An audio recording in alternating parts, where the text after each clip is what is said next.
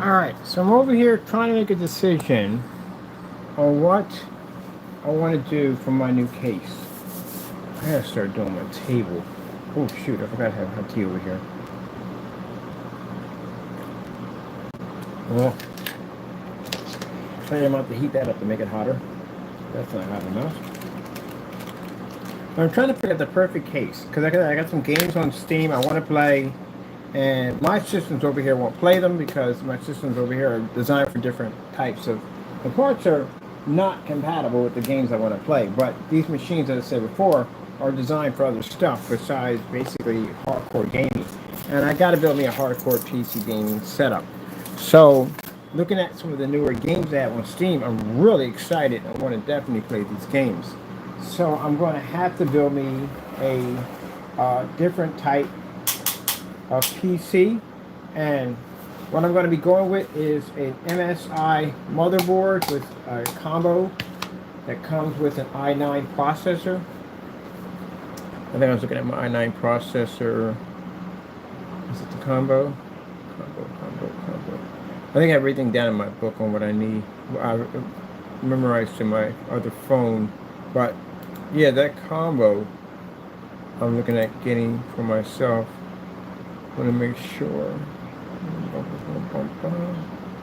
It's an unlocked LGA 1700 desktop processor. It's an i9. Get an i9 coming with this one. Let me see. So I'm thinking about, I need a case that's unique, like really different. And I was looking at the sneeze guards. The sneeze guards would make an excellent case.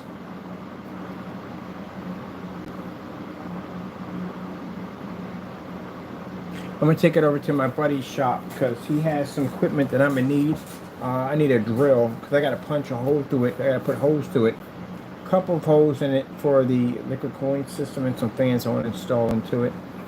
But let me see.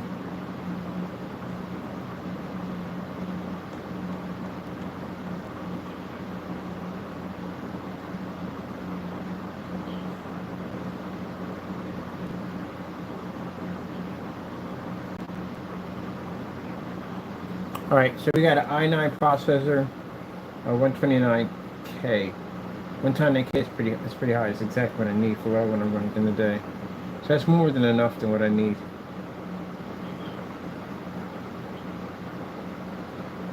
That's more than enough power. This is more than enough power that I need. Total turbo power at 241 power. All this, that's nothing. That's easy to do.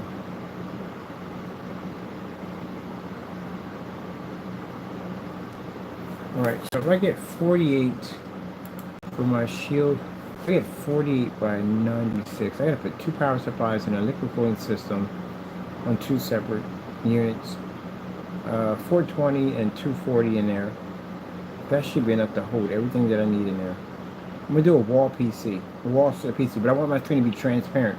I've seen the ones they have on eBay, they're pretty nice. I've seen the other ones they have, but I want this one to be a standalone, and I want this to have so you can see right through the screen. I am gonna coat this with a coating, because part of this will be a screen, and the other part will be my PC. At the bottom, I can put my keyboard and mouse right there, where the little opening is right there. And I think I'm gonna pick up some JBL flat transparent speakers. Let me see. I'm on here. We got running mics on this side. I just ordered the mics for this thing. I'm gonna wire them into the desk. JB. Now, oh, we're in the wrong one. We're on the right one. Where should I bring on this side? JBL.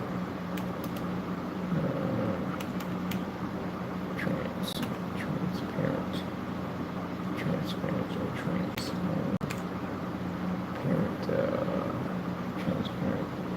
No. Transparent speakers. There we go.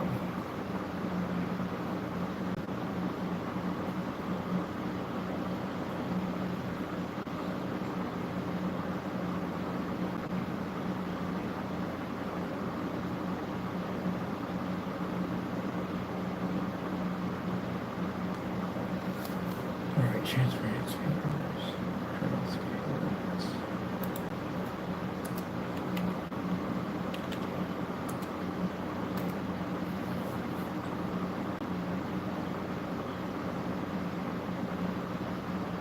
If not, I'll take the wall speakers. Don't install those in. I want those to stand out.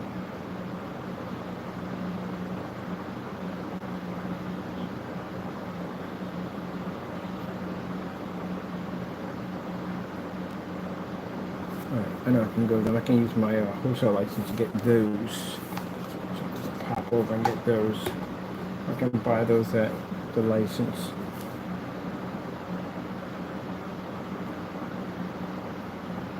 So I install a speaker system into it with sub. You can get amplifiers and all that stuff to design your own subs with it.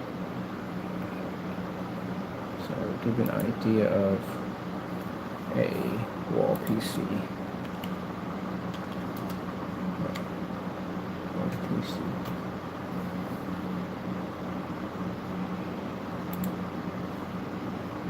These are wall PCs. Pretty hot too. Our entire system lays flat to it, but these aren't transparent. I want what's transparent. So as we make that coating, why not? I can basically make part of that my screen, have my projector set up there, game with everything right there attached to it. The only thing is I have to take the plexiglass over to my buddy's place and use his tools over there because I got to punch a couple holes to it because I do want extra fans inside, RGB fans pushing through. I want all that transparent. I'm going to put dual fans, one on one side, one on the other side, so basically I can have it on both sides. And that gives me enough room to put in, I need to put in 120, they got 120, oh, sorry, 420 liquid cooling system, so we're definitely going to need that. That new MSI board, I want that to be exposed, I want to be able to see all that. And then we're going to put another liquid cooling system in there for the 3050, which I definitely want on a liquid cooling system, and I want it with its own dedicated power supply system. So I have to get a Y adapter, RGB, so I need all that to light up. And I can just sit it right here, boom, and just game off of it. So that's what I'm going to do. Now we have to make a special coating for it, because you can't have any of these coatings, it has to be something different. Okay, we got that. It's a crack. So I want to get that done so I can get my building another system for gaming for that.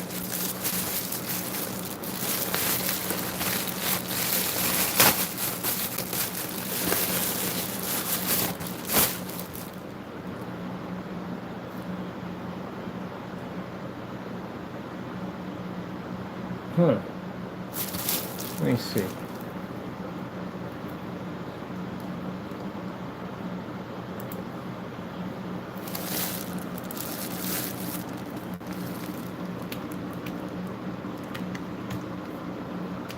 Let's see.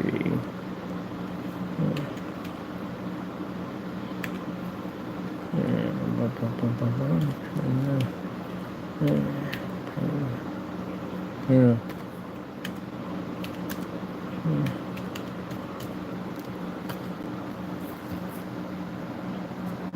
It's not what I want.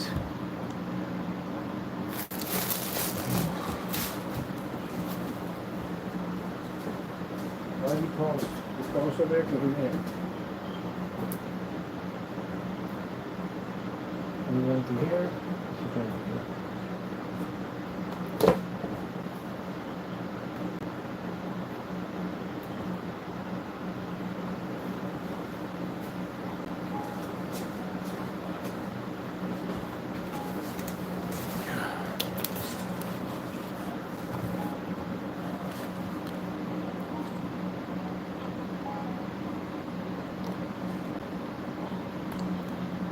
Large transparent case box.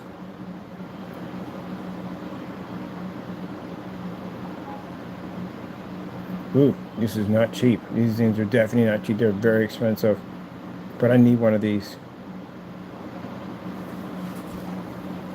I need for something else I'm doing.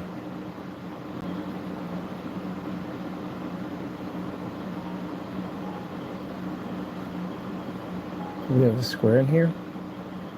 Of course it'd be from Temu. Of course it'd be from Temu. Large clear acrylic display box. Large acrylic display box.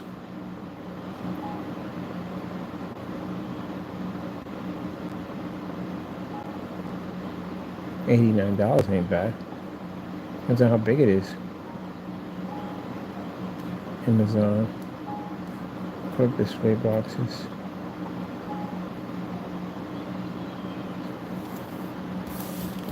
Woo! No juice. I had an instant juice on my desk a few minutes ago today. Has to be way bigger than that. We can get this and pull the shells out. Way bigger than that. Way bigger than that. Oh no! This is a big one.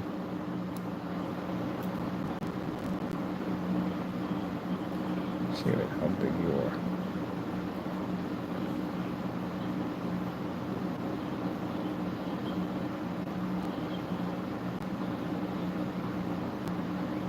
That's much like building the acrylic cases.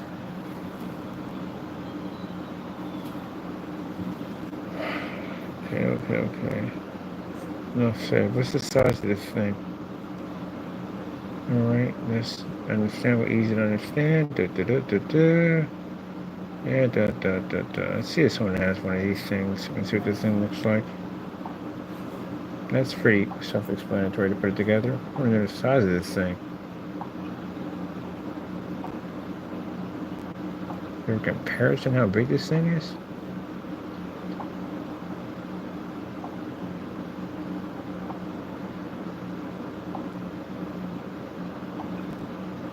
Hmm.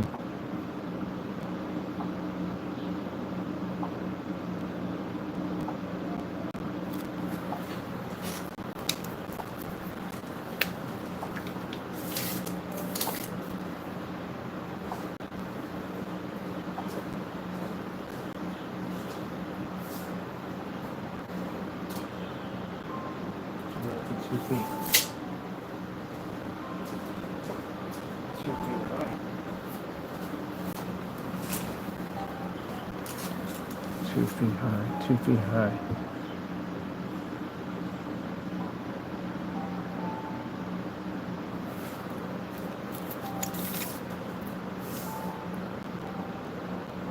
Zero 28.5. So that's roughly that's enough room to play in there. Interesting.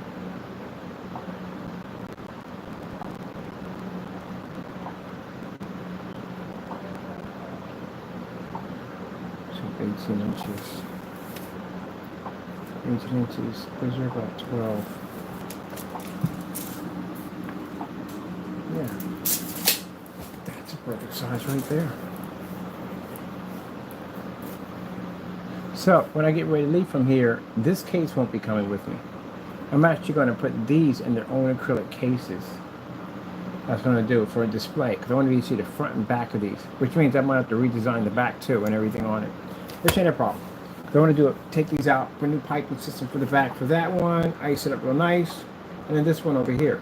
That one has an open back, so I can actually cut an area right there and put an ice cave in the background with whatever I want in the background, because again, there's another section on the side that I can actually decorate. But I do want to put them in clear crystal cases so they actually can move around. Oh, I can't wait to do those. I actually want stands for them. That's later on. It's a later update, update project. Right now, I'm just thinking outside the box right now, so to speak. Oh yeah, this thing's definitely perfect. All right, seen that already. Anybody got this thing on display?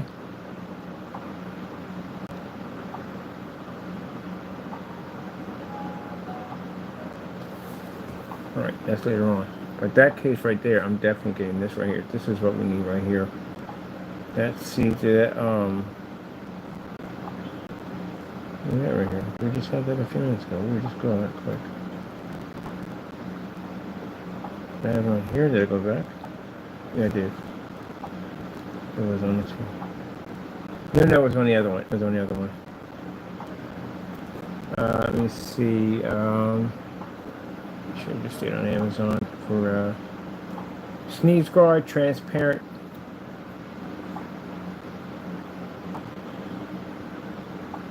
Wow, look at that. Can you imagine building? Put a couple pieces in there.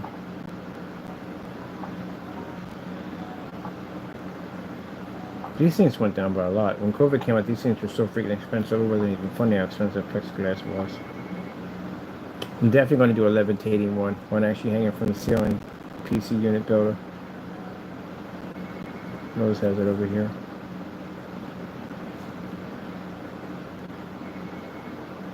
Alright, that's what I'm going to definitely go with. I'm going to go one of those. Very transparent for my game setup. Put a screen in it so I can game right off of it. So I can game on it front or rear. Doesn't make a difference. And we just got our silver tape for our PC over there. Start working on that next. I don't know. I might take the cases with me. I don't even know.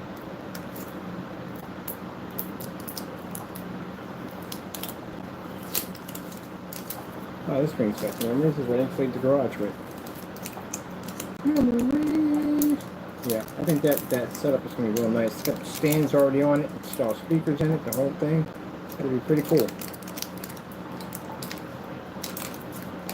Ooh, yes, the silver tape.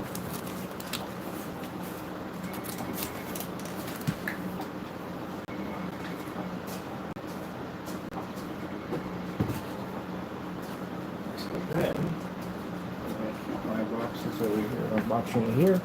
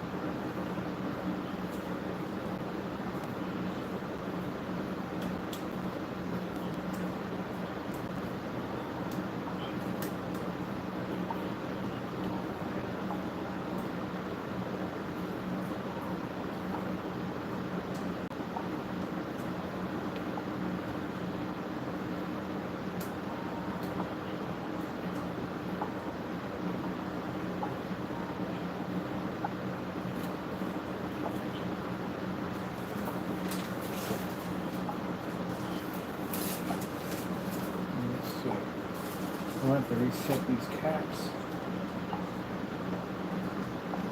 We're supposed to have a servo on top of this. Put that in.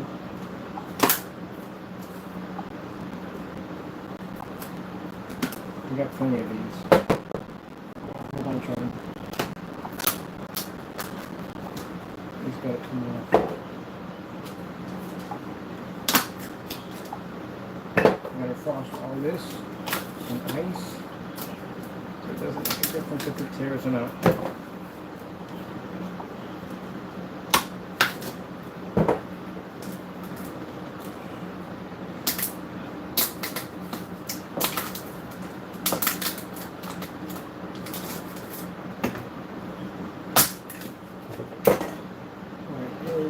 Loose. This one and this one. Okay, for reset. Gotta put that seal around it.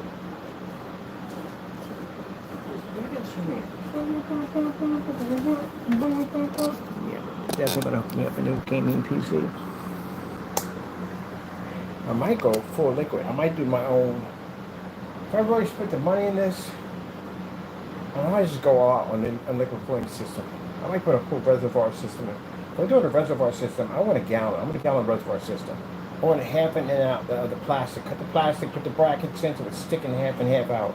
That's what I want. My pipeline, that whole thing. If I do it, I want it on CPU, GPU, I want it on the RAM, and I want it on the hard drives. I'm going to daisy chain it. I have it completely, excuse me, all see-through. We got another screen we got to show up tomorrow too. On top of that, I'm doing it tonight before I can show it up tomorrow. Let me get, what do we need here? Oh, I need glue. I need glue. I just finished. This one's done. I completed the entire paint job. All that's done. So all the plants behind the back are all painted. I decided to go with purple and blue, which came out a real nice color with it. So that came out real nice over there.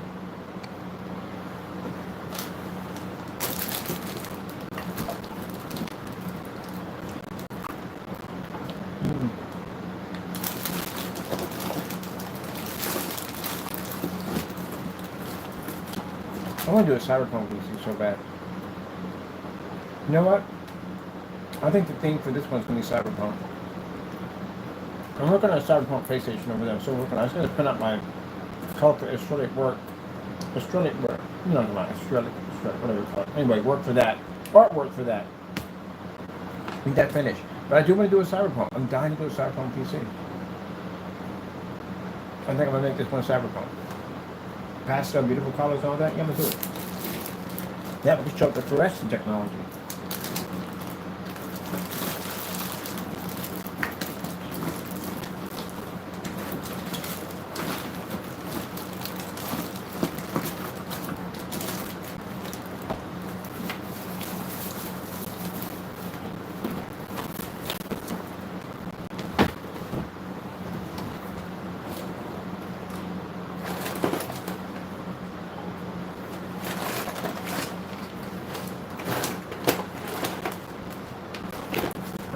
We put everything in. Stuff over the table. Working on a rocket ship.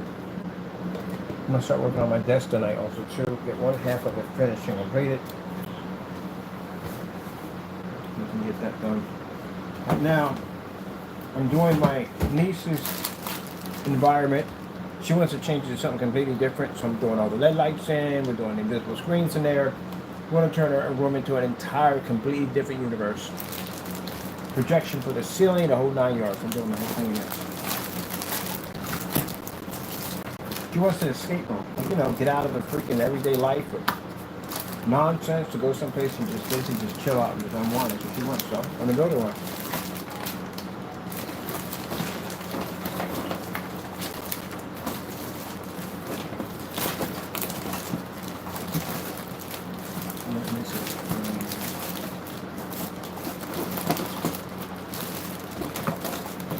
Gotta have once in a week. Can't eat that many of them? Couldn't eat that many. Probably did. Well, me, I go through the rooster. She would think I was eating this thing. Let me see. What's in the gun? Does the gun even have one in there? Oh, it does have one here. Cool. It's got one in the chamber. That's fantastic. And use what we have in here.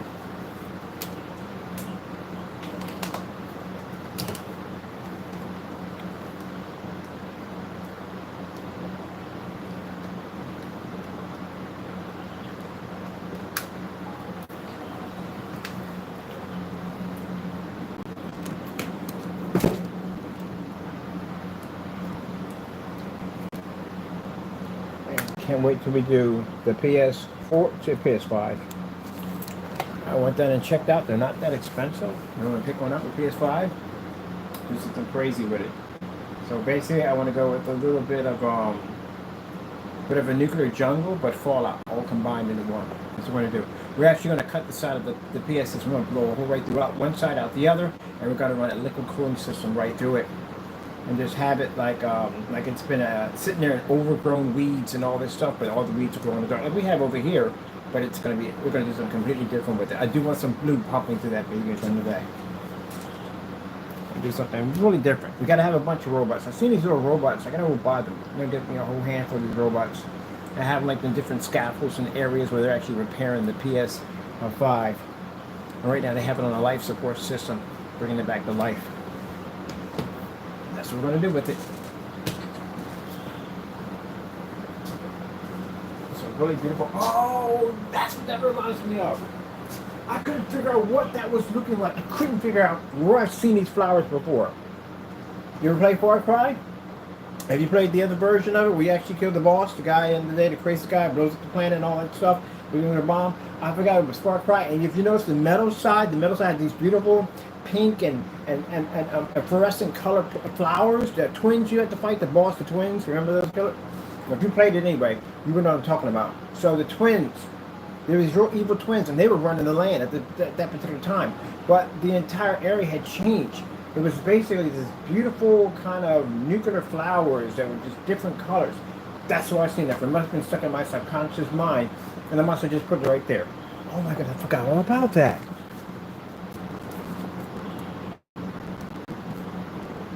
Which one was called? Far Cry with the evil twins. Far Cry with the evil twins. What's that one? New Dawn. New Dawn. That's what it's called, right? Far Cry. No, it was Far Cry. It was Far Cry. It was no, it wasn't Far Cry. It was something. No, it was Far Cry. What's Far Cry with the new evil twins? New Dawn. It wasn't New Dawn.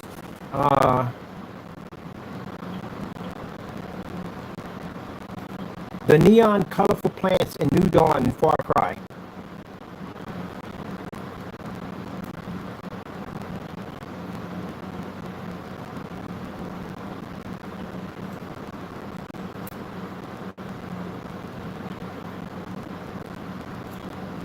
The environment, those plants. Because when you play the game, they had these beautiful pink and blue colored plants everywhere. I want to play that game now. I think I have it downloaded to my system. I'm going to play it. But that's what that reminds me. I couldn't think of where I got it from. That's from the nuclear holocaust, the blast going off. Well, I'm telling you, that part on Far Cry left me with so many unanswered questions. Like, how were you at the bottom of the bunker with this crazy guy at the end of the day? And he freaking sets up these nuclear bombs. And then they just cut it off just like that. But then they brought out New Dawn, it explains so much. Let me see. We need the blue comes over there. Okay.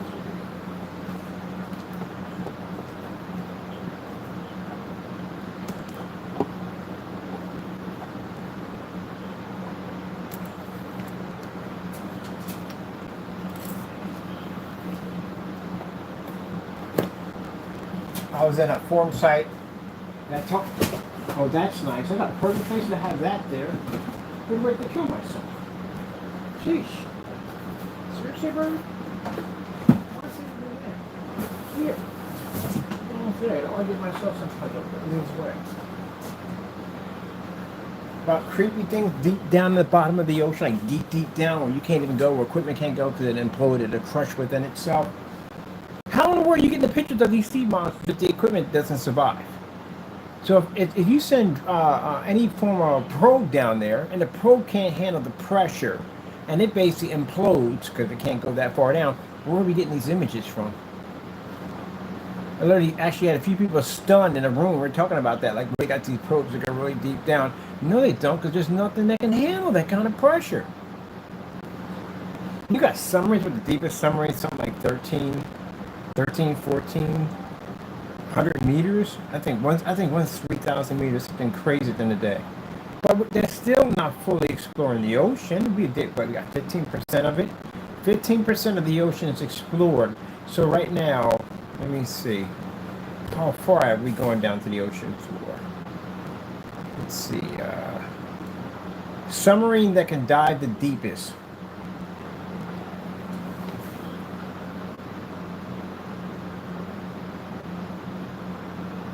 So what's the deepest submarine that we have right now? Ultra deep diving submarines. I'm pretty sure they found something down there jacked up along the way. I mean, it's not really jacked up. It's just something we just never seen before.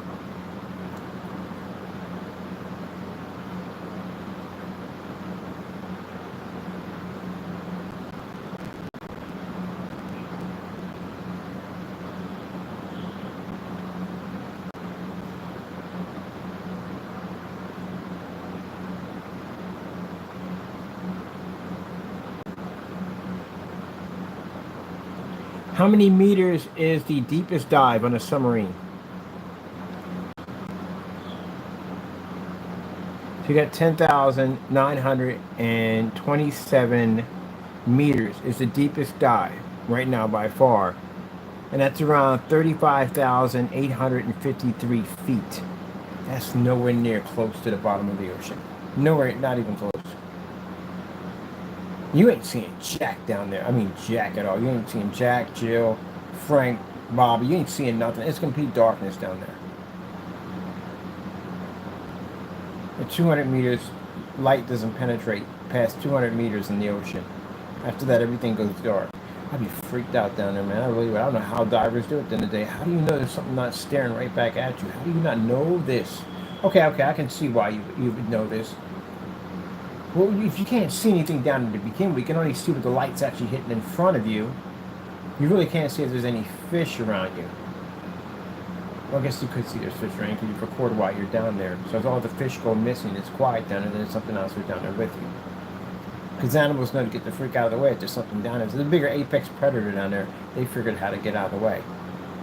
Look, if you go in the woods, you don't hear anything, you're in a bad place right now. Very, very, very bad places. Whatever is making them run at the end of the day, you're in there by yourself, and yeah, you're in a bad place. You're going to have that team with you like Predator. You're going to need one of them at the end of the day, because yeah, there's nothing out there.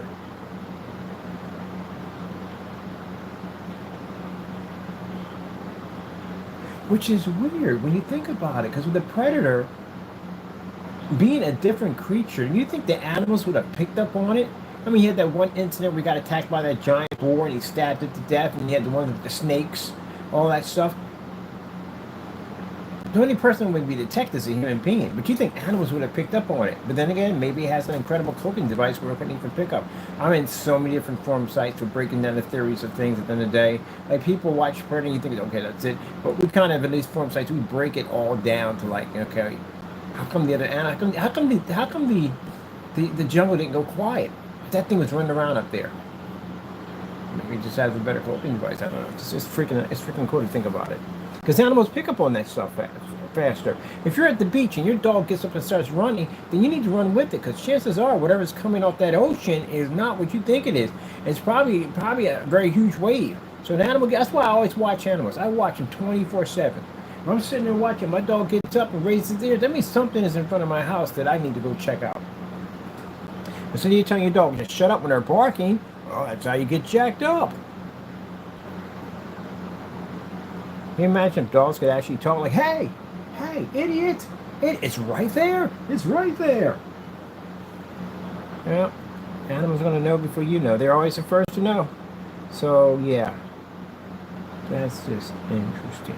You know, I thought about that, I told you about living under the ocean, but that scratched, because after that earthquake that went off, there was an 8.8, that insane earthquake that went off, that thing happened in the ocean. You know, imagine if something like that erupted in the ocean, you had a city down there, that wouldn't go well at all, period. Because at least on land, something like that fires off. I mean, yeah, it's pretty jacked up. You're not under the ocean. I mean, at least you can breathe on land, can't breathe underneath there. If you get basically hit with a tidal wave, and then you're thinking about, let's see, so a wave or a tsunami, or whatever you want to call it in a day, reaches 4,000 4,000, I think I said 4,000, no, 400 meters. 400 meters, you have to clear 400 meters. It depends on how big the wave is. That's the problem on top of that. That's by what we know. Really shocked that we didn't get anything out of that, because we should have got a tsunami out of that. We literally should have got one. A magnitude that high, that was that high? No, the one that hit Japan was so powerful that it actually knocked the earth off its axis for a couple of seconds. Yep. Usually when you have something like that, it always repeats itself. That's just the beginning of the first stage of wherever the heck is coming next. Always, it's always like that. Just like earthquake, volcanoes. Volcanoes start off that way. You got a little ash in the air, little stuff popping off here and there, lava popping up, trees burning down, and then boom, there you go. Yeah, I guarantee you that 8 point something they had, that 8.8 or whatever magnitude had, that's not going to be the last one. I guarantee it's not going to be the last one. We are going to get a tsunami. We're going to get a tsunami. A tsunami's going to hit the U.S. We're going to get one. I don't think it's going to be like a global killer, it's going to wipe out. No, I think we're going to get hit with something. It took me nothing but a wake-up call in. Honestly, it's very true, but I have no idea why we're not building walls around areas that are outside, near ocean areas, like California, Florida, The only states that really wouldn't get struck by something like that, because they always show New York City. Of course they show New York City. New York City is right near the ocean. That's why. But places like in the middle of the states are not going to get struck like something like that. There's a really big flood coming through. Kind of moved to the middle of the state. But yeah, think about that. Anytime they show those storms, like they show them in California, and they show them in New York. Areas that are near the water.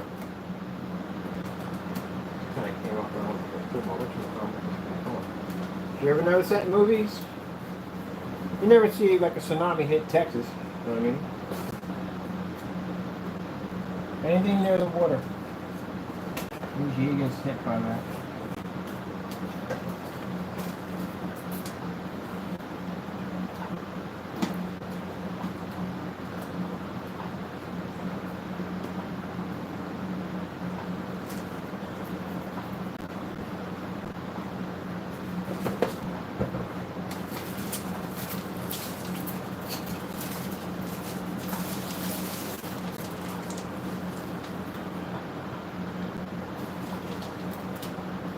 How do you escape something like that?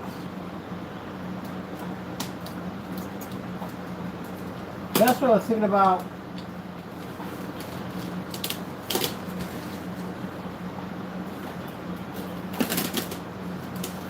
I was thinking about what you call them, Bioshock. Let me see if we're straight on this before we keep this down. I was thinking about Bioshock. Bioshock had a city. The first one's under the ocean, which is Rapture. Then they had another one that was in the air. So how long would it take for a city, and what kind of power system would be needed to get a city to float for millions of years? Nuclear energy is way too dangerous. It is way too dangerous. So they have something called, oh man, I forgot the name of that too. It's two different forms of nuclear energy. Can you think of that form? Let me see. Two different forms of nuclear energy.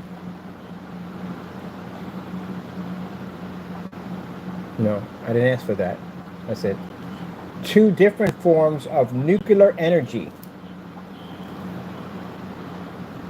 Fusion. Nuclear fusion. They could do it with nuclear fusion. Nuclear fusion is much safer than actual nuclear energy. I was looking at this too on top of that. Because, I saw that city, you had that city, but they had the lofts that float. And I look at the floating loft, like, what would you need in order to power that? Like, you can't run it off. I wouldn't trust sunlight. I really wouldn't. Because, again, I wouldn't trust sunlight. I mean, you store batteries and stuff and all that, but, yeah, batteries have issues at the end of the day. You don't want something floating around up there that may have battery problems. And on top of that, the cold would affect it because it probably would drain the batteries, and, you'd be doing that whole freaking whatever nonsense. Your batteries ain't working, so no. But then I don't know how you would run it to gas, so that's just actually, no, that's combustible, that's going to cause problems right there. So the only thing you could have that pretty much can run a city for millions and millions and millions of years would be nuclear. That's the only one can do it. But it had to be safe. And the only one I saw right there was safe enough. It's called fusion nuclear energy, which is actually quite fascinating. Which is actually a new form of energy, which you're actually working on right now.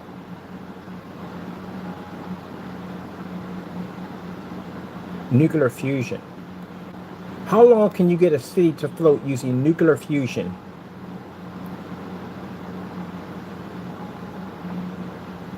A nuclear fusion floating city. I like how somebody actually is thinking to say what I'm thinking at the end of the day.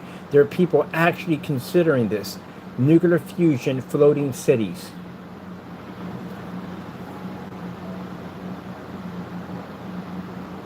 Nuclear fusion is still in development by significant progress. With significant progress, it means you're actually doing this. Imagine a floating city.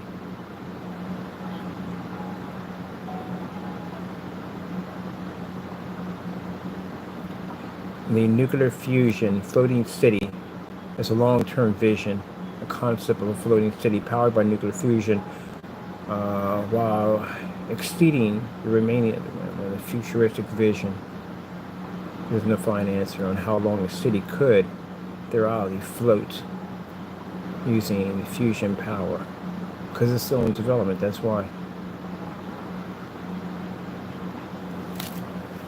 See, that's what I say right at the end of the day. That's why I don't have time to get into these petty squabbles and stuff. My brain's always someplace else. I'm always someplace else.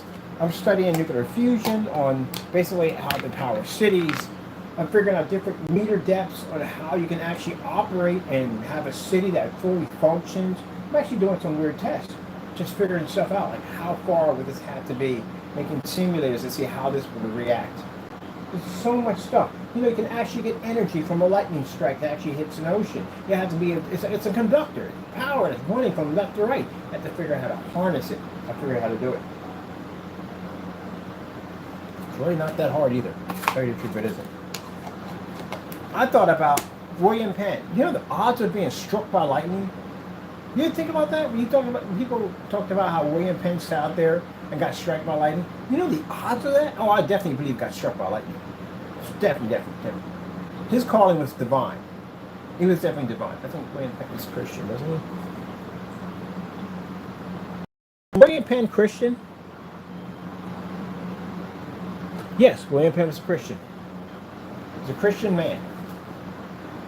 So yeah, it was meant for him to get struck by lightning and survive it because, again, he's a Christian man. He's a man of God.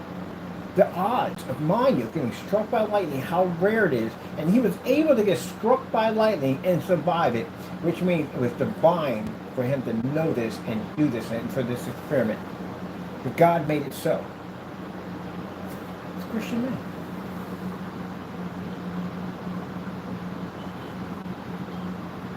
What are the odds of getting struck by lightning? So getting struck by lightning is very low, less than 1 million. That's 1 in 1 million gets struck by lightning, and he happened to get struck by lightning and survive it fully intact to discover electricity. See how God blesses his inventors? So imagine that, the odds of that, he got struck by lightning. That's a huge blessing. It's the Lord right there. That's the Lord right there. I thought about that. I was like, wait a minute. This guy got struck by lightning. What are the odds of you getting struck by a bolt of lightning? And then at that, surviving it. But he did. He did.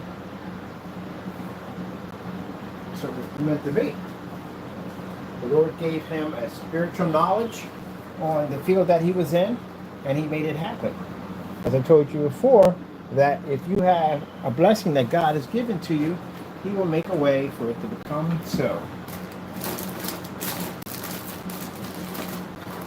I don't read what's in the history books. I like to look at the history and the real history and how far it goes back. It explains everything about the person, about their life and all that. You know that William Penn was a bodybuilder. Yeah, that why dude? He used to be into weights and bodybuilding fitness and all that stuff. William Penn was a bodybuilder. Yep. William Penn lift weights. At one point he's into weights and lifting weights and eating healthy and all that stuff. Abraham Lincoln liked to box. He liked to fight. A lot of interesting stuff about it. Check on history about it. Cool, interesting about history. Isn't that interesting? Yep.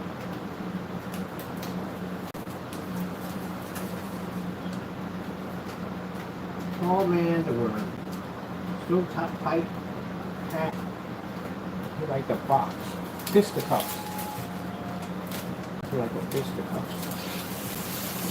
Get out there and have a little challenge. Like the Russell, like the box.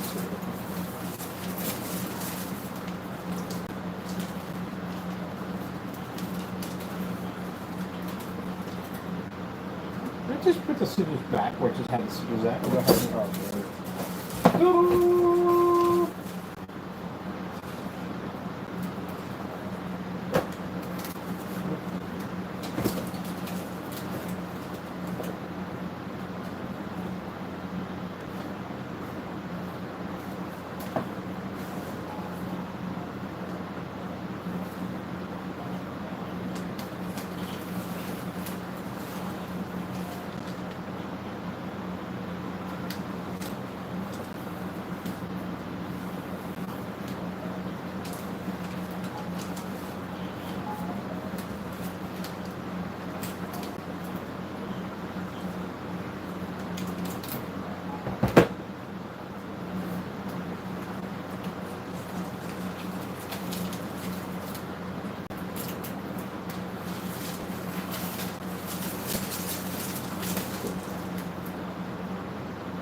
Taco Kitty! Taco Kitty! Taco. I was like, you named your cat Taco? I was like, yep. His freaking name is Taco. Is that right, Taco? Doesn't even like tacos. Like that. Does not like taco. I had to give him tacos one time. He would not eat them. He didn't like them. Is that right, Taco? He was like, I don't like tacos. Why? Because I don't like them. I should have basically brought this over here and brought this down, because this would have been a little bit neater. Put it back instead. Come on, play nice with me. Don't be mean.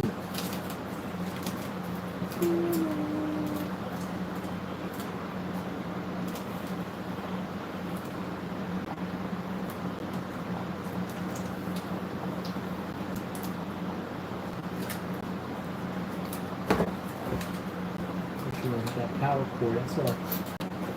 Don't go near that. There's not much of one cord for triggering my unit off. Switch. Put it in there, here we go. Taco, I'm gonna dress you like a taco. What do you think about that? Ah, you! Disrespect me.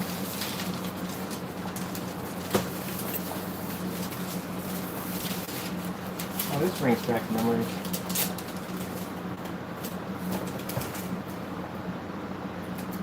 I just find that interesting. It's in the back.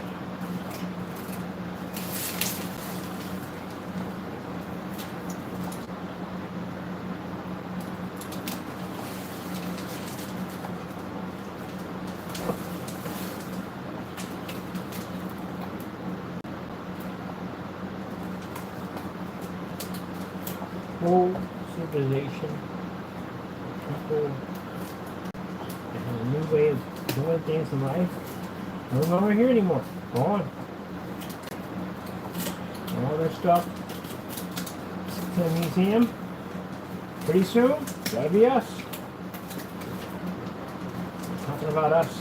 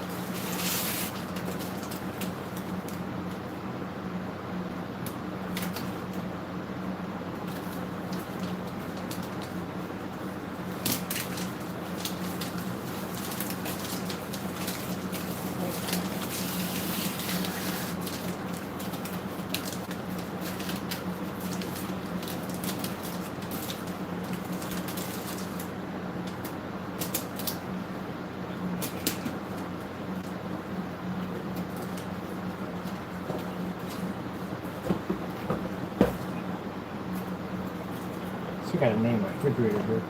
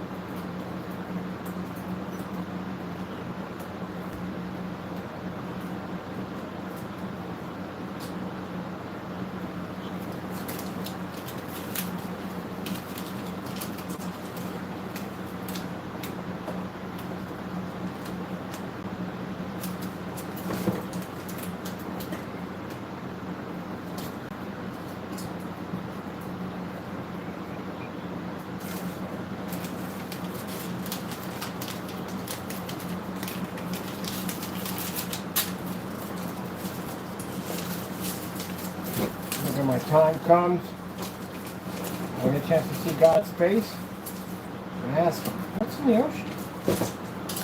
Because he's always going to reveal all things. What's in the ocean? I'm always curious what's down there. What is going on down there? And there's sea monsters down there. Pretty much just I don't want to know.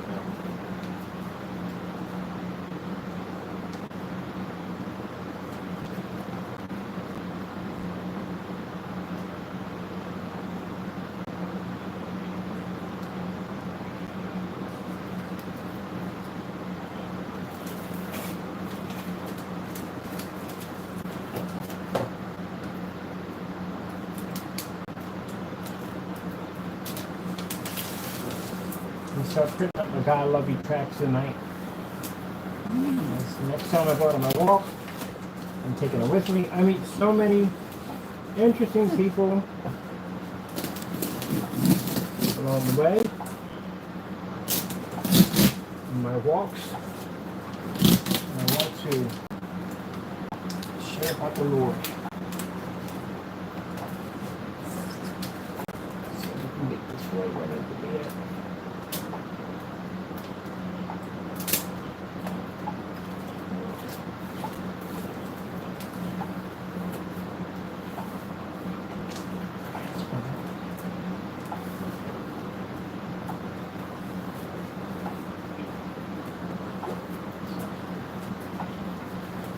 Do my job the best way I can.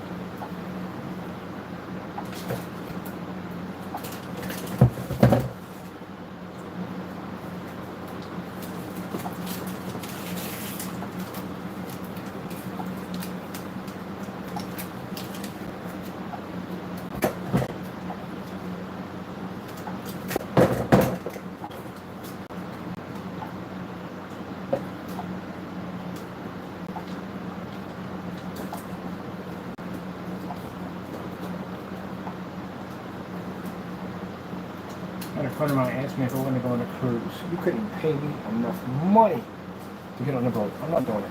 Heck no. Some people have done it. They enjoyed the experience. They had fun with it. That's fantastic and all. I'm happy for you. I really am. But me, would never get on a boat, ever. I don't like to be on something that I don't have any control of. Now, give me an Iron Man suit and a chopper pad, maybe. Oh, I'll definitely get on one. Chance I can get off that sucker when it starts sinking. But I do not want to be shipwrecked on a boat. I'll take a plane any day. I prefer flying anyway. And a boat? No. Why are you such a drama queen?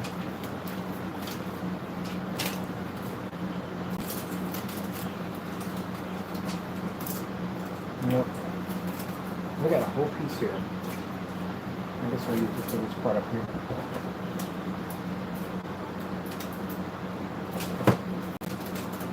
You can't do boats. Just can't do them.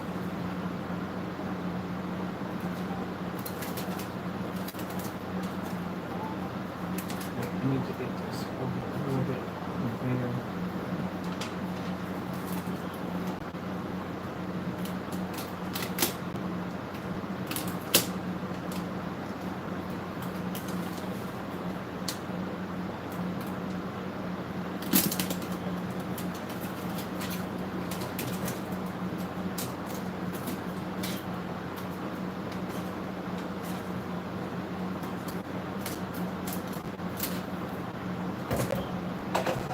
friend of mine just went on a cruise. We got family members that have done cruises and all that stuff. They like it. You know, I can't do it.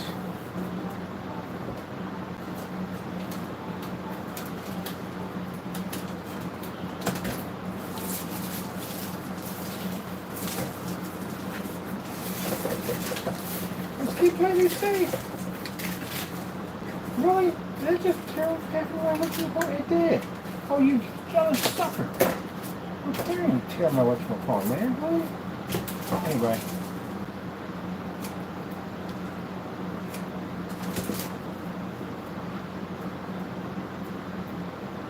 I seen they want the patio furniture become airborne and, you know, freaking boat rocks back and forth. Like, no matter how big you build a boat, ocean's always going to be bigger.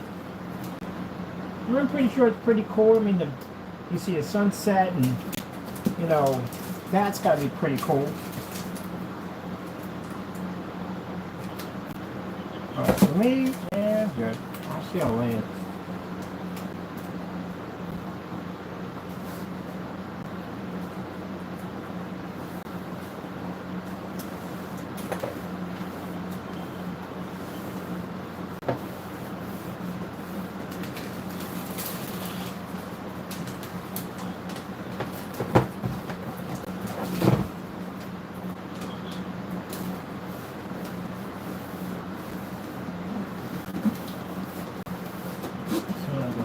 Ever. Never catch you on a cruise, ever.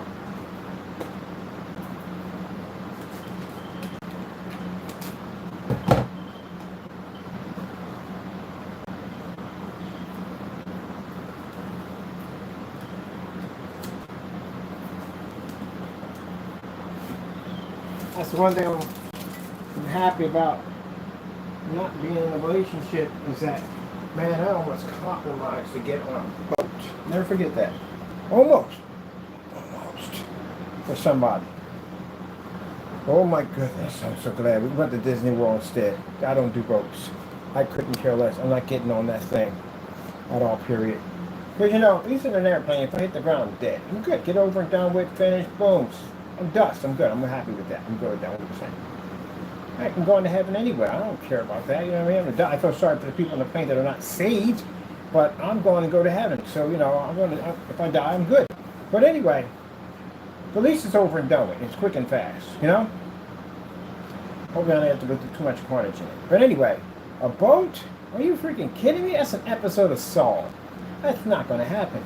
I mean, just think. If the boat starts sinking, there's no way in the world you're going to clear the undertow. And that's where the ship starts to pull in, which means everything around it gets sucked in underneath of it like some huge, massive water wormhole. And you're definitely going down with the ship.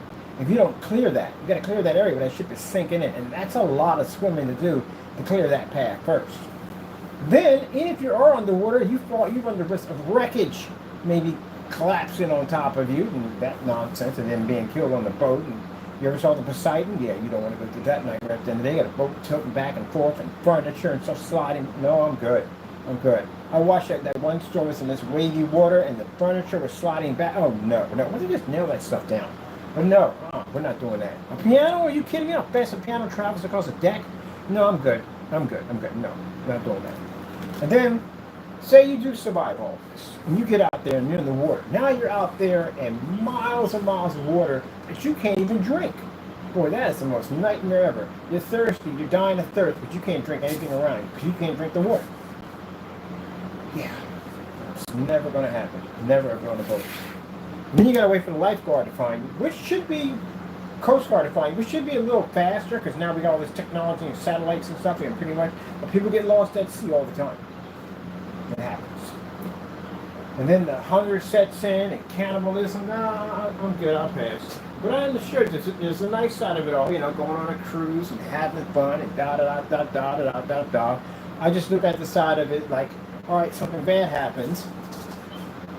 What are the odds of me surviving this thing? I'll take a plane any day. Don't do trains at all, period. Because I just think about derailing and no, I'm good with that. I'll take a plane. I'm happy with a plane.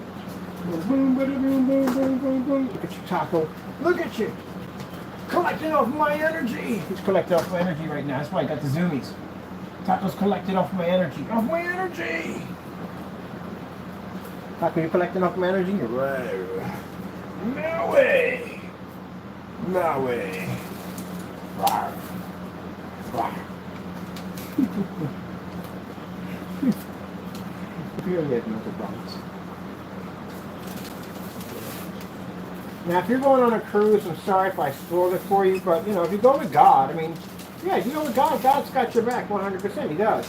It's just, that's me at the end of the day. I just don't like, anything I don't have control of. And I do not want to be out there and all that water floating around.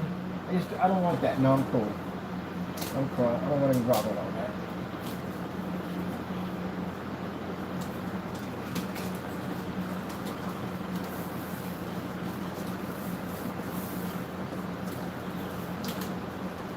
For the people who survived the Titanic, mind you, they're trying to be out there in that freezing cold water.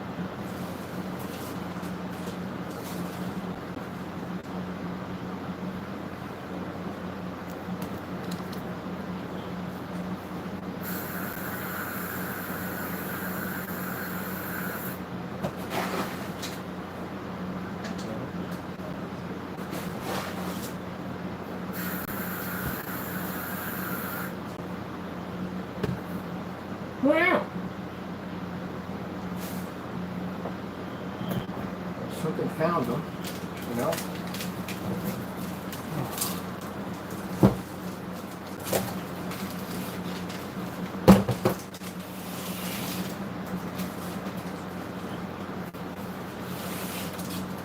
And that was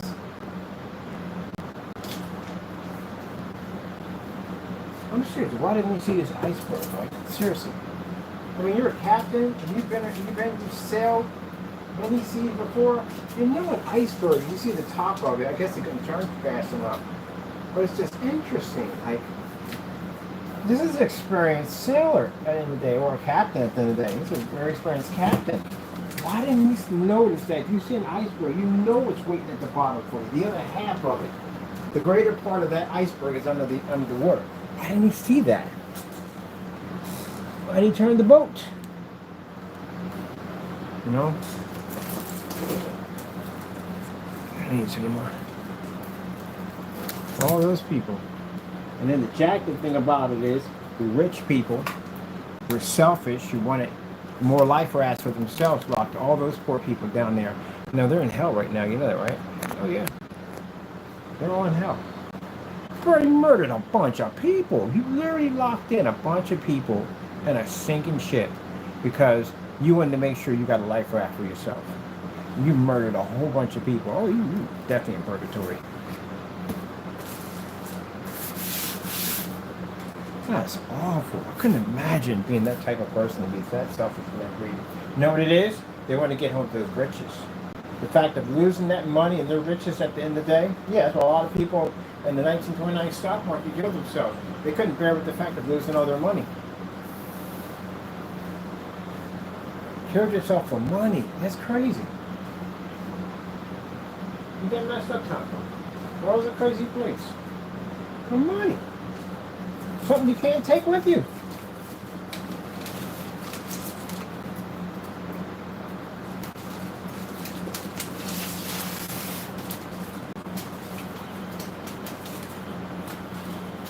All for money. Money. This is coming on quite nicely.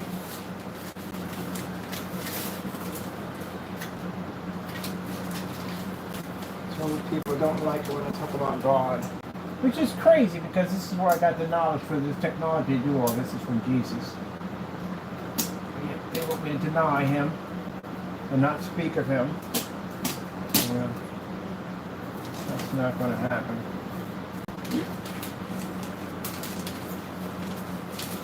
They say, well, we'll unsubscribe. Oh, go ahead. It means nothing to me. My Lord comes first. For anybody.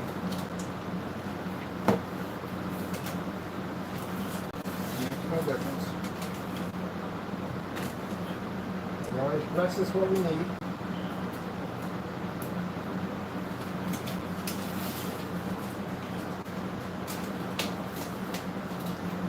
chained up. The side is coming up nice. Got the refrigerator. I gotta get the refrigerator going on. The refrigerator taco. How do we look for the refrigerator? What should I put in here? A couple of Pepsis in here. Some Pepsis and some Coca-Colas.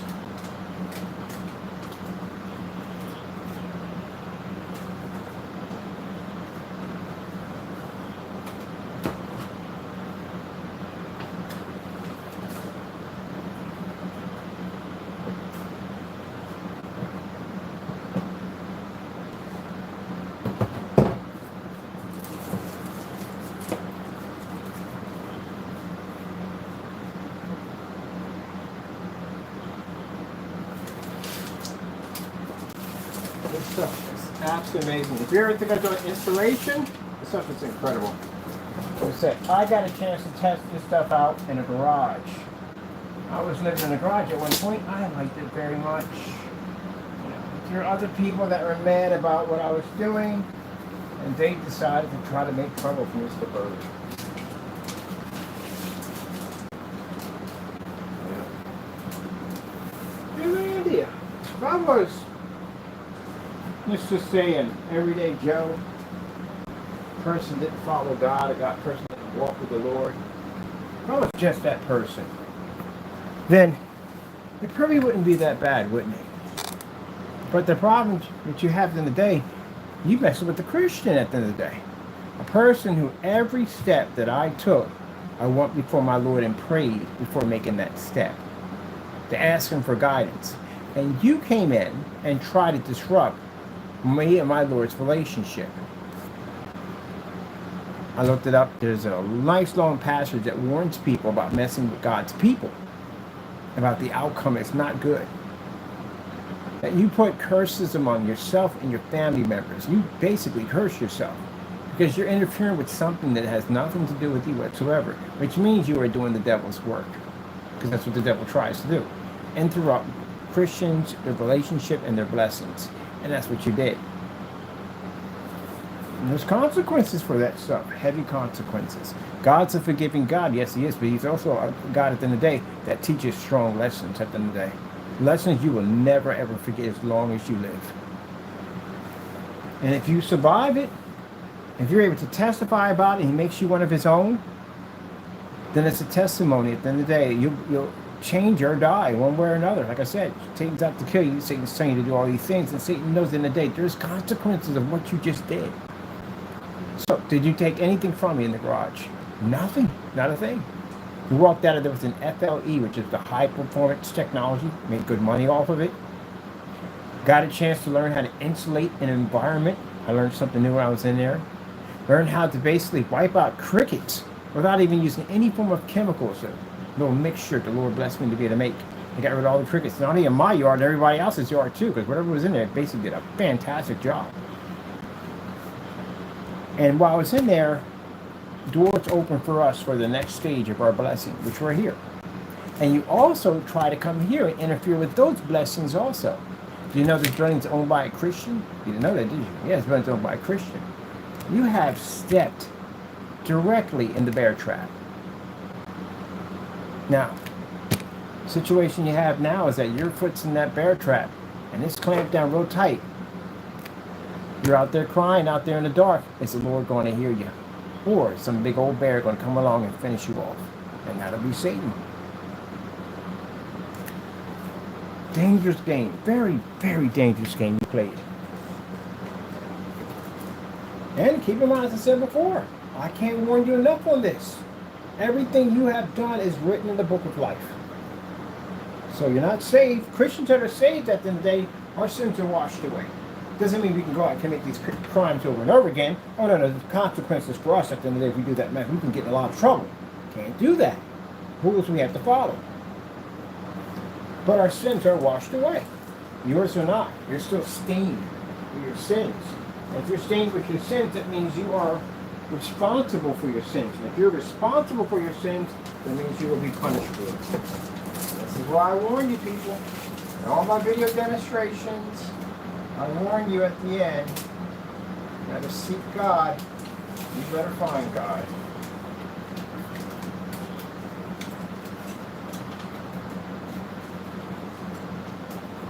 Yeah.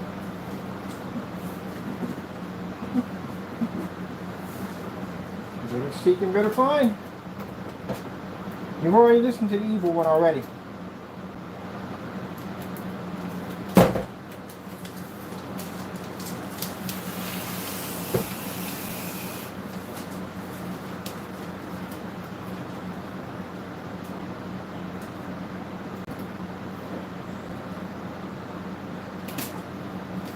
When you're putting yourself in danger when you do that.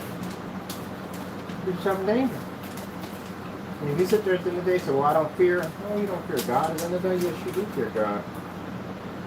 God's the only reason why you're still functioning right now, why you're still breathing, why your heart does not give out on you, why you wake up the next day.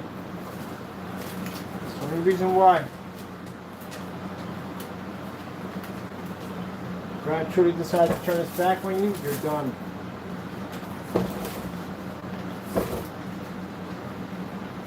Open invitation for the other one.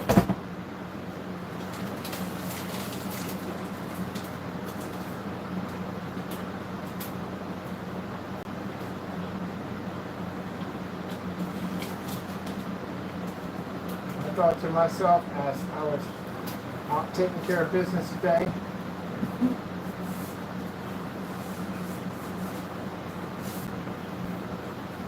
I was talking with the Lord. I talk with the Lord everywhere. On the outside, I have conversation with him. I talk with him every day.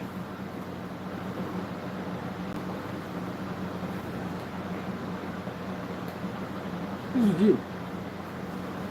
Nope, no, that's glue. How dare you? That's glue, my friend. Glue! My bad, Taco. My bad. My bad.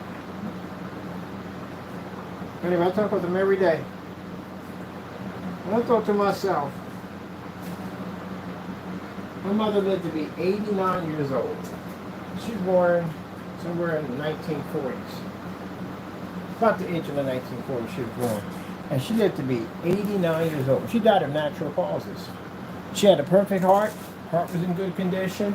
Eyesight was good, little arthritis, because that comes with the body and all. She was in very good shape. It's just everything just changed for her in a split second because it's her time to go home. She served her time here. It's time to go back to Jesus, and that's what she did. True blue Christian woman at the end of the day. I can only hope to be like her. A woman that had unbelievable big heart for forgiveness. I try to forgive as much as I can. I think that's the best. One of the things I learned in my travels of being a Christian is that forgiveness part. It's very hard when you first start off. It really is. The devil will mess with you like there is no tomorrow. He will pick with you on that forgiveness part. It's a very hard one. It's a very, very hard one. And he'll mess with you. And then once you realize it, you sit outside the box and you see the devil for what he is and how he's talking and influencing you, like, whoa. You see it then. There was a fellow, this is when I was a Christian, there was a fellow who was parking his vehicle. He rode one of those vans so they go pick out people who have handicapped, elderly people. And he was on the clock and he was basically cheating and going in the house and sleeping and whatever, and then going to go pick these people up. Well, me and him didn't get along too well at all, period. And I thought I'd contact his job. I had security cameras or something, but I recorded, documented, sent it to his job, and got in a lot of trouble. Now, of course, he's going to find out. It's me. I got cameras all over my house. Who else would? So at the time, he's a really, really big guy. And I'm outside, and he comes charging at me. Now, he knows I had pit bulls. I had about 3 pit bulls. And one of them was actually the one I called Tigger, which was a very vicious dog. He got trying to chase me and try to grab me by my legs. And I got the door open, and Tigger came out, and he took off. Now, at the end of the day, he knew I was a man that carried at the end of the day. I had ties and family at the end of the day. This was going to start to be something really, really bad for him at the end of the day because I was going to make some phone calls and some people come down and get a squash real quick. Now, the whole entire time all this is going on, the Lord's talking to me and saying, you know you did this to yourself. Because you literally, if he's out there doing dirt, let him do dirt. But you intervened and you went out and called his job and got him in trouble. You know what you did was wrong. You owe that man an apology. Now, I don't like this guy. The Lord's saying, I can't forgive you unless you can forgive him. You know how it works. I'm having this conversation crystal clear with the Lord while he's talking to me. Got to go over to him. You got to apologize. You were wrong. You were wrong for what you did. You can't involve anybody into this. You can't do anything about this whatsoever. This is going to get far worse than what it's got to be. Go over and apologize. I fought with that for 3 days. And the devil would come in and go, oh, we ain't got to apologize for anything. Who the freak do we think he is at the end of the day? What you need to do is call your people, get it taken care of, get rid of them. Now, if I had called the right people, you know who, wherever my friend over there at the time, wouldn't existed on the block anymore. There's certain types of people. You have those people that you had that will you contact if you're absolutely want to go to jail. If you want to go to jail, they will go to jail with you. They have no problem. They're those type of people. You only call them unless you really want to get some really crazy stuff. And those are the people I'm going to contact. Because I knew they would come down there and they would take care of the situation quick. But, again, I triggered it. I was the cause of it all. If I had never called this job, eventually he probably would have gotten caught. But it was none of my business. So I had to do something that was the hardest thing for me to do. I had to go out there and I had to apologize to this guy. Because it was wrong for what I did.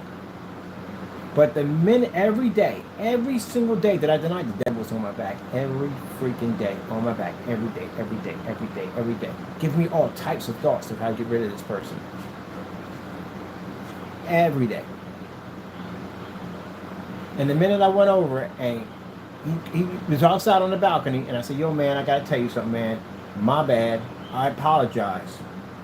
I should have never went in and said what I said. It was disrespectful, and I apologize.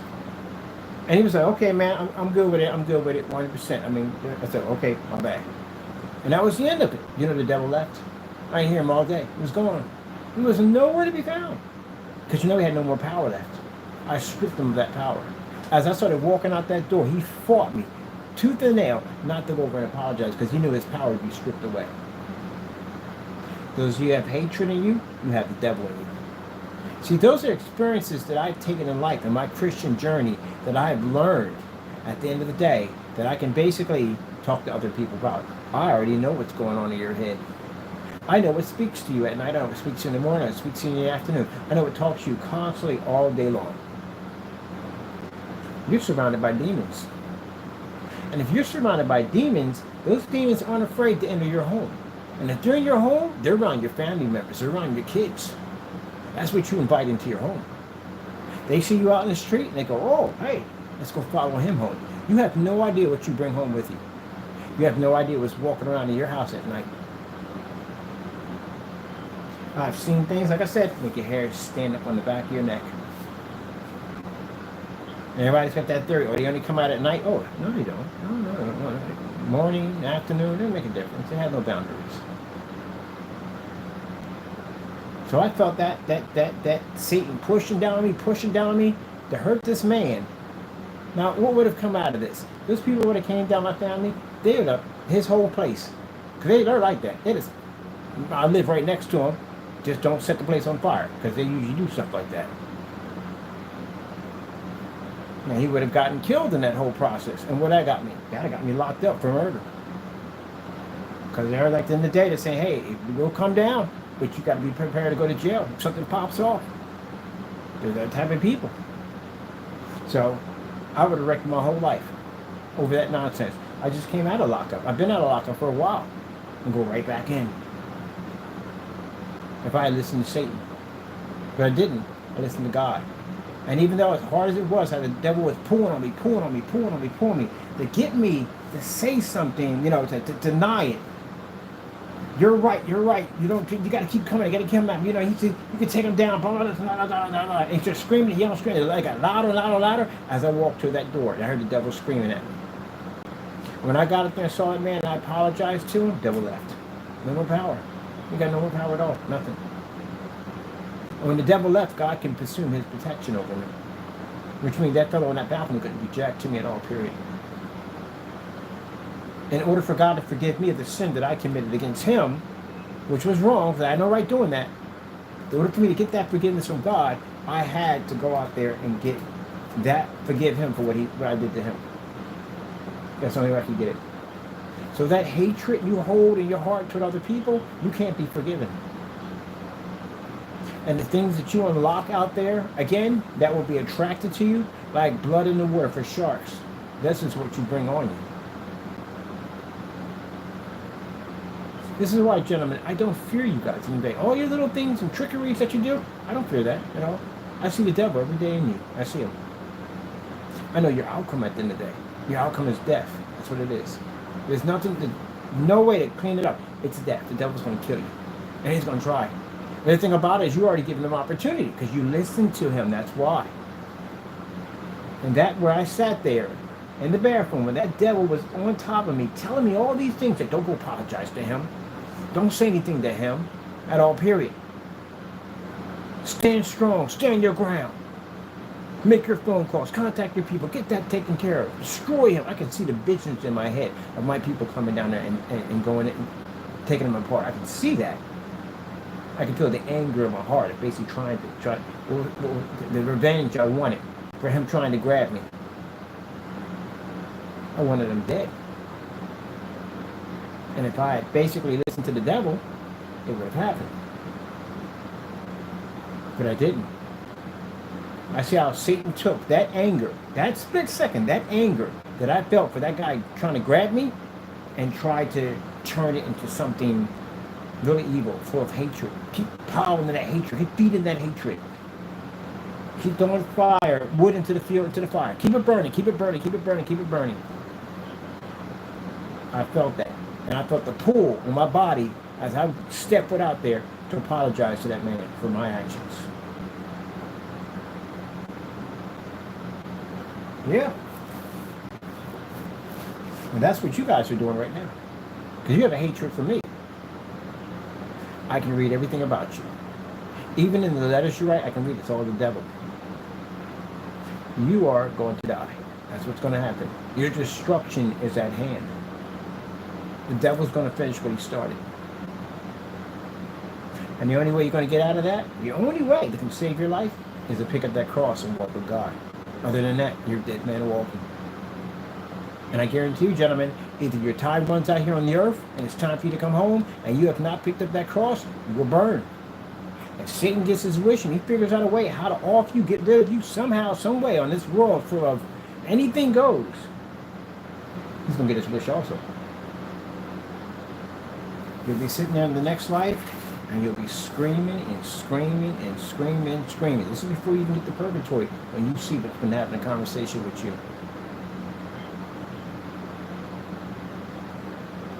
If you're able, if Jesus is out there somewhere, I'm pretty sure you're going to run to him. Because you're not running to that. What's Jesus going to say when he sees you? He's going to tell you, I don't know you. Who are you? I don't know you. Did you pick up your cross that you carried? Did you serve here today? No, you did not. You didn't do any of those things. You chose to be of the world. You chose to carry into the devil's game. I don't know you.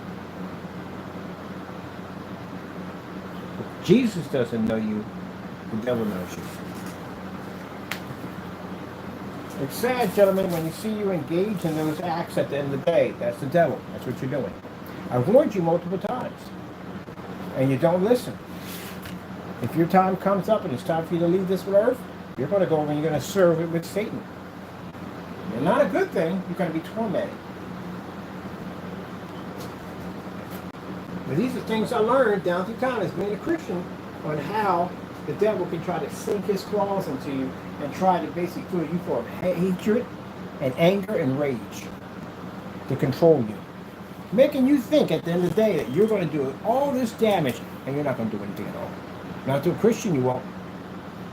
If anything, it's going to reflect back to you. That's what happens. See, things I learned in my life that I will never, ever forget as long as I live. And like I said, it's a learning process. You will never forget it, ever.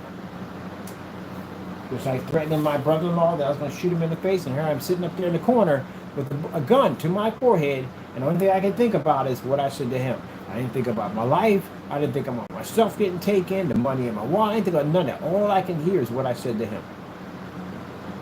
Gotta be careful of who you pick, who you choose to do what you do at the end of the day. Mr. Williams has a lot.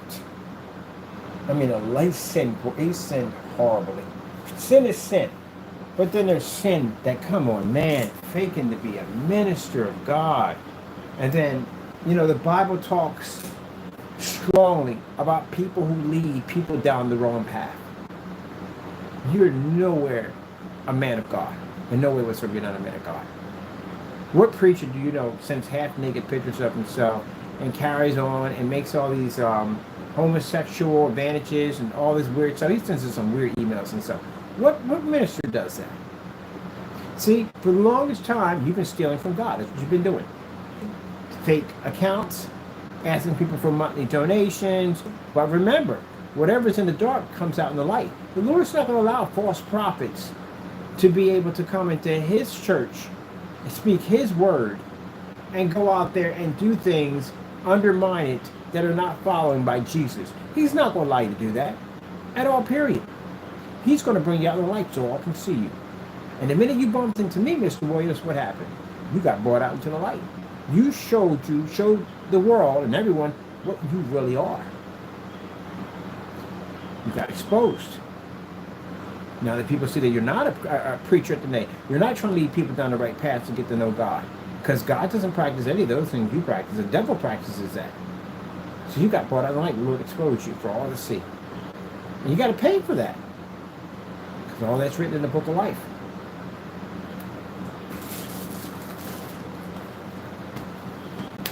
Got to pay for it. More people say, well, what if I get saved? You don't pay for that when you get saved. Your sins are washed away.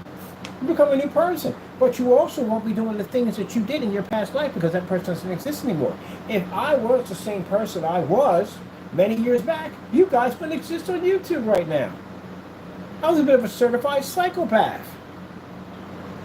I was suicidal. Wasn't afraid to take people's lives at the end of the day when I was that young guy running around doing all that psychotic stuff. I was an enforcer for drug dealers. You have no idea when I tell you about my past was pretty crazy. It was crazy, crazy. It's literally what you barked upon. So, at the end of the day, this is the kind of, if I was that same person I was, you would have been gone. Man, forget your front gate and all that nonsense in the day. We don't care about that crap. We'd run right through that and keep on going. You'd have to kill me to take me down. That's the kind of person I was. I wanted death every day. I wanted to die every day, and I couldn't die. So I started thinking I was immortal because the devil made me believe that I had power. I was immortal. I couldn't die. I even stood up when drive-bys came by and fired off my rounds, and still nothing hit me. Part of me wanted to die because a part of me didn't want to live that life anymore. I didn't want to be this person anymore. I didn't want to exist anymore. I was tired of it. I was tired of being this person at the end of the day. But yet, I had to be this person at the end of the day because that's what I became. So caught in this situation thinking there's no way out of this. I'm never going to get out of this. In this loop of violence, I'll never get out of it. The only way I can get out is if I die. The Lord got me out of it.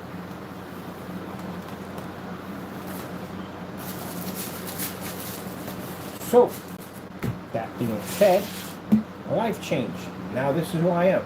A person at the end of the day who thought that Christians were nothing more than cult leaders, liars, cheaters, scammers, and blah, blah, blah, and God was fake and phony. That's what I believed at the end of the day. My mom was a Christian woman. She tried her best. She tried her hardest to save me. But I was just on a different path at that time. And the Lord, if he gave up on me, he'd allow me to get destroyed. There was many options for me to die out there. There were so many ways for me to die. So many ways. On the basketball court, I've been killed. Out in front of the corner, I've been killed. I've been killed anywhere. I've been killed. Someone could have came and got me. Easily. And I had that attitude. If it's my time, it's my time. If I'm going to go, I'm going to go. Not realizing that if I got killed, I'd be burning in that lake of fire forever. But didn't care. So, again, as I said before, God spared my life twice. Spared my life when I was out in the streets. Spared my life enough to be when I was in the prison system.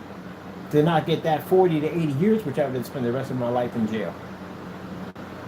Owe him big time. Owe him more than I could. Can't pay him back. Impossible to pay him back. Not in this body, I can't. So when I go to the next life, I can pay him back. And I thought about it the day that I was walking down the street. I was like, man doesn't live that long. He's lucky if he lives to be 60. He's lucky if he lives to be 70. Very lucky if he lives to be 80. If I get more time on the earth, what would I do with my time on the earth? I want more time. I may, depending on when the Lord takes me, is when the Lord takes me. But while I'm here, what can I do to serve God better? What can I do? And I thought about that today. It's not this technology that's important. It's a blessing that God gives us. That's what it is. But it's not important. What's important is that me getting out there and spreading the word of the Lord. That's what's important. This stuff right here is just for what I just need to get by on this planet. That's it. But other than that, what's more important than that is me giving out the word of the Lord, talking about the word of the Lord, putting it out there, putting it out there, putting it out there, putting it out there, putting it out there, as much as I possibly can, so people can get saved. So they don't end up like I did when I was out running the streets, carrying on and acting up, that I could have easily lost my life out there, and I could have been burning in that lake of fire forever. That's a scary thought to think of. If the Lord decided to go, you know what, I'm tired of this one. He just gets in nothing but trouble. I can't deal with him anymore. I'm going to let Satan have a go at him. I would have been killed in a hot second out there. Killed in a hot second. And the Lord did not allow it to be. He protected me even when I was out there doing dumb stuff. But I learned lessons when I was out there. I learned some very, very harsh lessons when I was out there. I had to be punished. I had to pay for things when I was out there. So I think when I was walking back, I was like, I got to do more every day of my life to get it out there about the Lord. Which I'm going to get my God Love You tracks printed up. Do I have one here? I think I do have one here. Are we on this one? I think we're on this one. Get my God Love You tracks printed out. Go out there and start passing out my tracks as I walk through my walk. I bump into a lot of people every day, and I could be passing out those tracks go out there. I got to do more. I want to do more for the Lord. Whatever time I'm blessed to have here on this planet, whatever time I have left in my life, I'm going to spend more of my life giving up more to the Lord. Getting out there and preaching about how you got to get saved. No, you got to be saved. You got to be saved. You got to be saved. You got to be saved. Because if you don't, you got a problem out there. You got a big problem. You got somebody far worse. So don't worry about your neighbor. Don't worry about the guy down the street. Don't worry about none of that. You got a far worse problem than that. You got a demon that's out to kill you. And the people sit there and go, why sit when we did? Of course, because you're no good to him over here. Think about it. He thought he had me at the end of the day. He literally thought he had me at the end of the day. Me being on this side means that I have the possibility of getting saved and finding Jesus. Now, he lost me. I'm gone. My sin's been washed away. That person died. He's gone. He's not around anymore. He's gone. He's dead. So now he lost something he used to have. And that's why he finds it when you're a threat while you're over here, because there is a good possibility you could get saved. Then he's lost another one. But if you died in the day where you're going, there's no mercy. There's no forgiveness. There's only judgment and death waiting for you if you end up on that side of the fence. If you basically are a Christian man and you die, then guess what? There is everlasting life waiting for you. Happiness, joy, peace, beyond your wildest imaginations. And the most importantly for all Christians who know this, we're out of this sinful body. That means we get our celestial body. We get our crown. We get to serve God 100%. We get to pay back the debt we couldn't pay while we're here. That's more important to me at the end of the day, is being able to pay the debt back. Because I owe so much, it's not even funny how much I owe him. There's no way I can possibly pay him back in this body. It's virtually impossible. I can't serve him 100% while I'm in this cursed body. When my time comes and I get my celestial body, I'll be to serve him 100%. That's the happiest moment of my life. But until then, I'm here just doing this work. So I'm going to continue to have my company, do what I do, as I always do. But I'm going to continue to push more, to try to put more of my time in, into basically getting people over to find God. Because it's very important. If my mom gave up on me, and she never walked in there and gave me that Bible, who knows what would happen. Yep, ain't that right, Taco Bear? I go, see, yeah, Bear. You down here fighting this? Hey, you're down here fighting this. You're fighting people.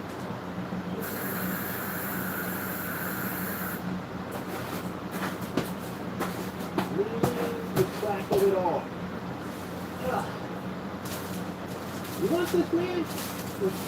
We got all this wax paper down here. You want this? Woo! What is this? It's so stupid. I don't know what to do. I don't even know what this stuff is. So,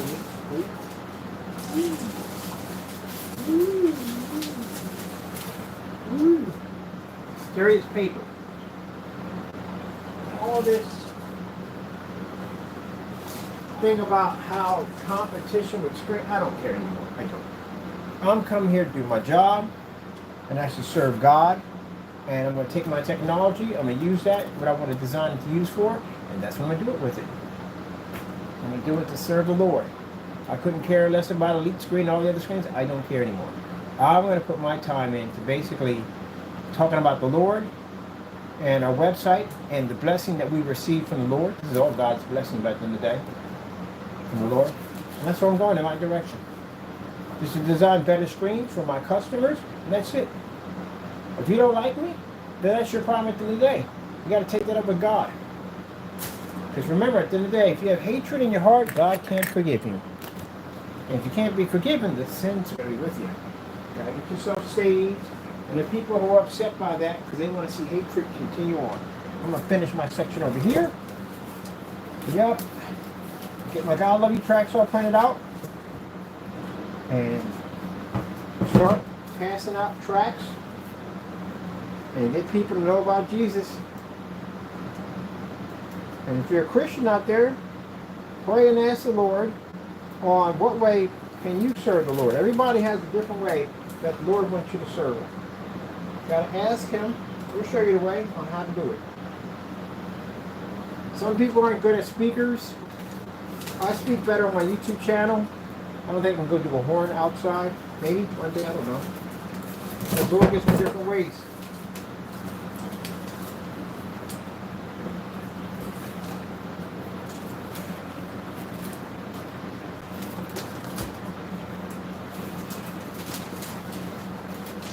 He does.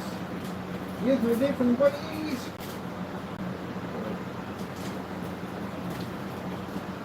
Is that going up? I have to change.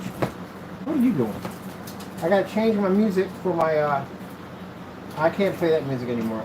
I can't. I gotta find some better music.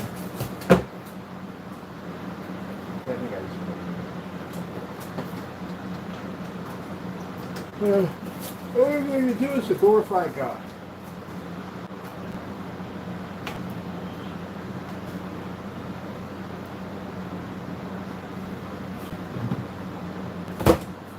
Now, keep in mind, I still have to do what I have to do. The Lord told me to go forth, and I am. I'm still going to take you to court. I'm still going to sue you because you did touch my company at the end of the day, and I have to do what I got to do. The Lord told me to go forth and follow, and I'm going to go forth and follow. That is going to be your crossroad at the end of the day. Your crossroad on the Lord can get you that out of this. I don't know if He can get you out of that situation. To tell you the truth, I don't know. I don't have any control of that. I'm not God, and I never want to be God. I'm happy to be a servant. I don't know what His plan is going to be. He may get you. I don't know. I can't say anything, but I do know you're going to have to hit a crossroad, and we have to do what we have to do. For anyone sitting there and says, "Oh, you're not a Christian because you're going to send," because yeah, we have to send them to jail. They committed crimes. You have to, in the Bible, it says that you have to obey the law of the land of man, and you have to obey the law of God. You don't get a get out of jail free card. I didn't get one. I went and did my time at the end of the day. I went through my trials and tribulations. My Lord blessed me to get through all that. That's what you're going to have to do. Depend on God. So that's what you're going to have to do, gentlemen. Depend on God, because that's what you're going to need. Until then, I have to do what I have to do. Now, if you're saying I'm not a Christian, I could have taken this the other way around. I could have made phone calls. I could have activated some of these crazy people at the end of the day, and I could have had it taken care of. That would have been doing the devil's job right there. I did it God's way. Went and prayed and asked Him how I handled the situation, and the Lord directed me where to go, and that's what I did. So I'll see you in court. I'll do what I got to do. Rawr, rawr, rawr, rawr, rawr, rawr, Let's see, about 16,000 square feet. How much square feet do you need, Taco, to run around here for the shop? This is rough. This ain't big enough for me. I just give you free roam in the whole shop. You run around in the whole place. I just whatever. You can't hide in here anywhere. Well, I guess you could, but who cares anyway? You don't go outdoors anyway. You'll definitely take them to the shop when you do the shop. And a bunch of tunnels you can run through at 100 miles an hour with cameras over you run through it. Put a little camera on you, man. If you run around 100 miles an hour, yeah! Got Taco on my mind, got me thinking every time. What? That's Taco. Taco. How are you, Taco? Taco-licious. Taco-licious. Taco-licious. Yep. That's what I'm going to do. Get my God Love You tracks tomorrow. Get out there, get to walking around, pass out my tracks.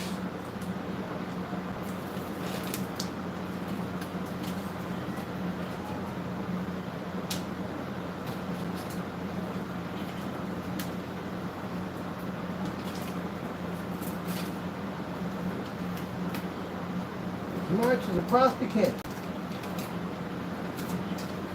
Get the word of the Lord out there. So hopefully, somebody will hear it and get saved. I got a couple friends right now that are seeking God. I sent them over to Family Radio, which is now under much better management now. The first one was on there before, was doing a lot of bad stuff on there, but David already took care of it. So, it's a good radio station. You get a lot of Bible teaching out of it.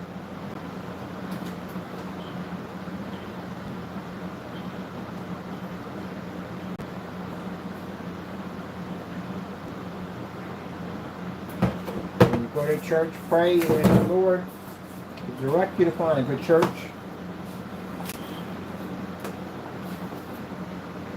The Lord allow you to see things that you should see. Get yourself baptized.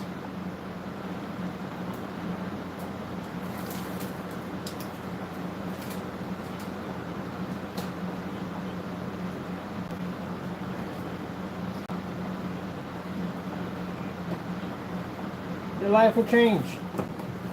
It'll change for the better. Trust me. Much better life. Because we're gonna have in life, I didn't do it sooner.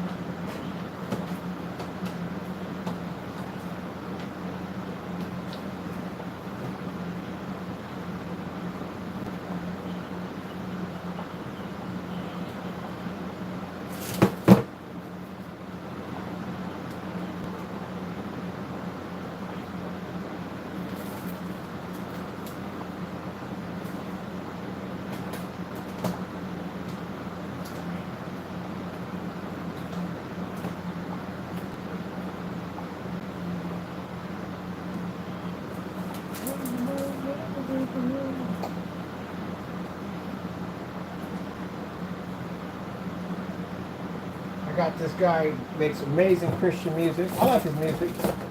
I'm gonna start posting that. I'm updating my website tonight. I'm gonna go in and put down Family Radio app. You can load it up on your phone. And there's a guy I like to listen to. I'm gonna put his music up there. It's not gonna play, allow you to listen to it if you want to hear it.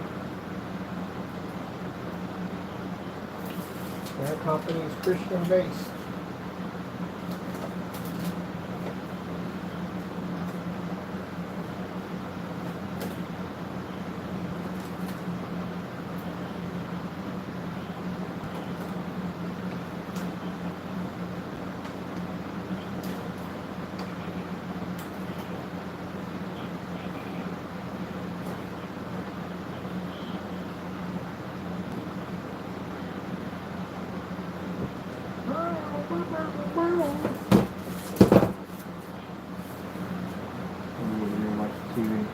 Taco.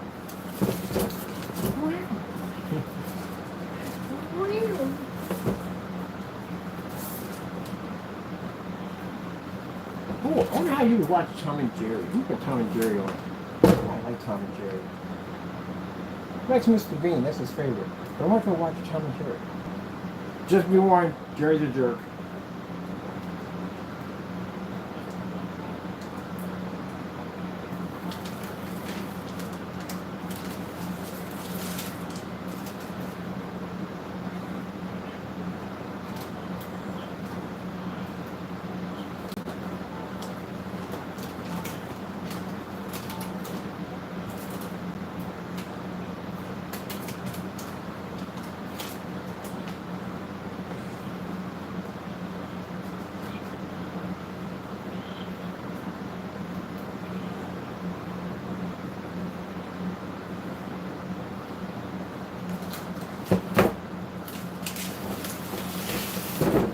Refrigerator. I have no idea what to call a refrigerator. Refrigerator? Canadair. Canadair?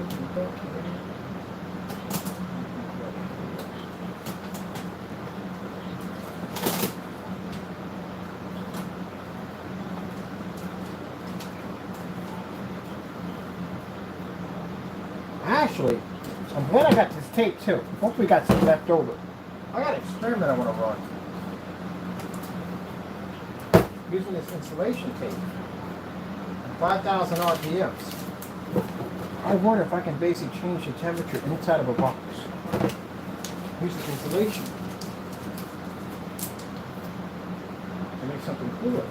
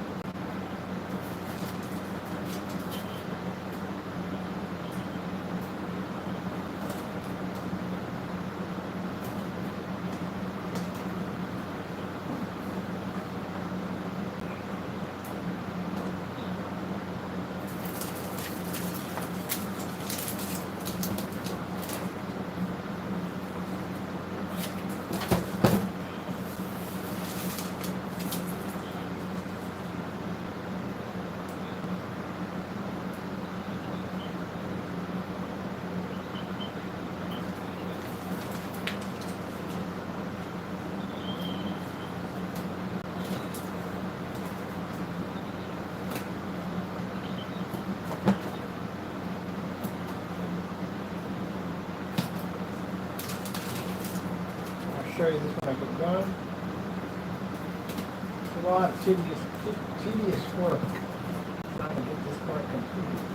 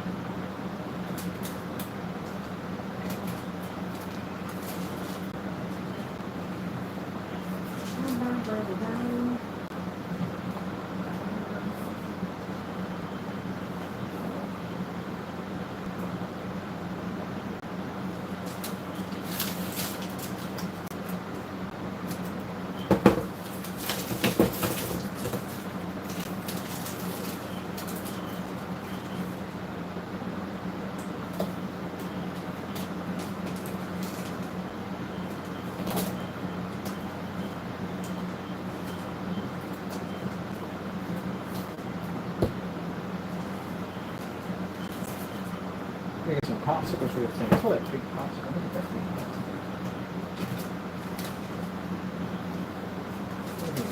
Look, we've got a tape here.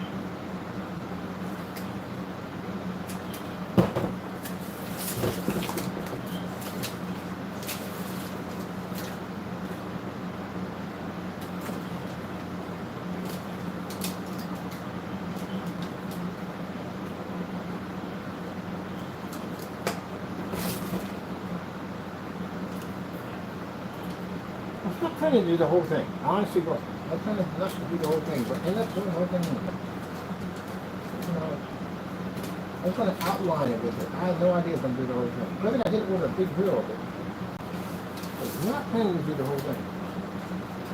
But I like the way it came out with it, so I figured, why not?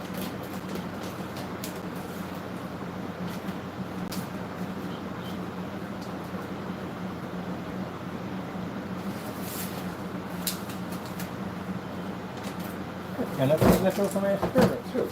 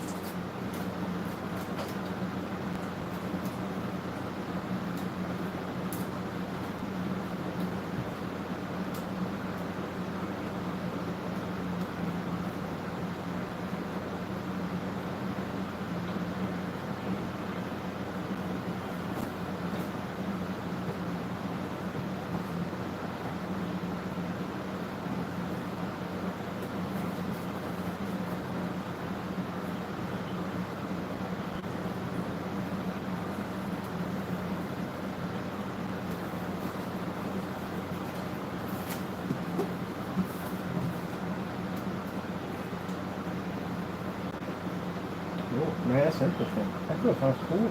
Very cool. Yeah, this would work. If I insulated the inside of a box with this would definitely keep it nice and cool. I'm going to run a temperature test to see how that would even work. I'm going to put these back out of the line. The door.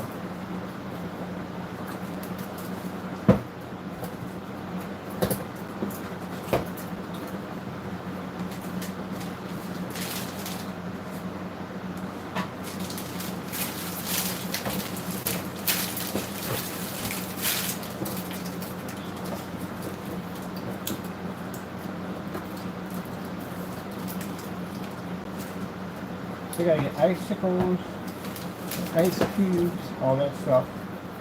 Gotta get all that stuff. We got the glow in the dark to put on there.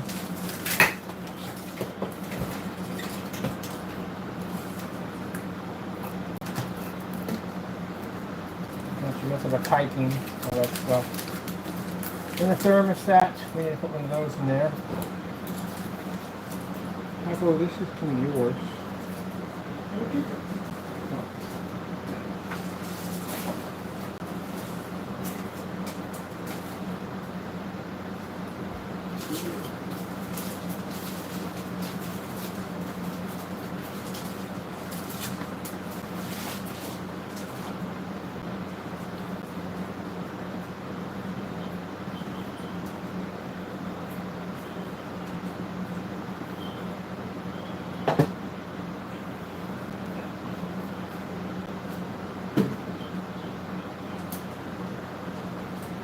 I have these bright orange tracks that say smile, Jesus loves you.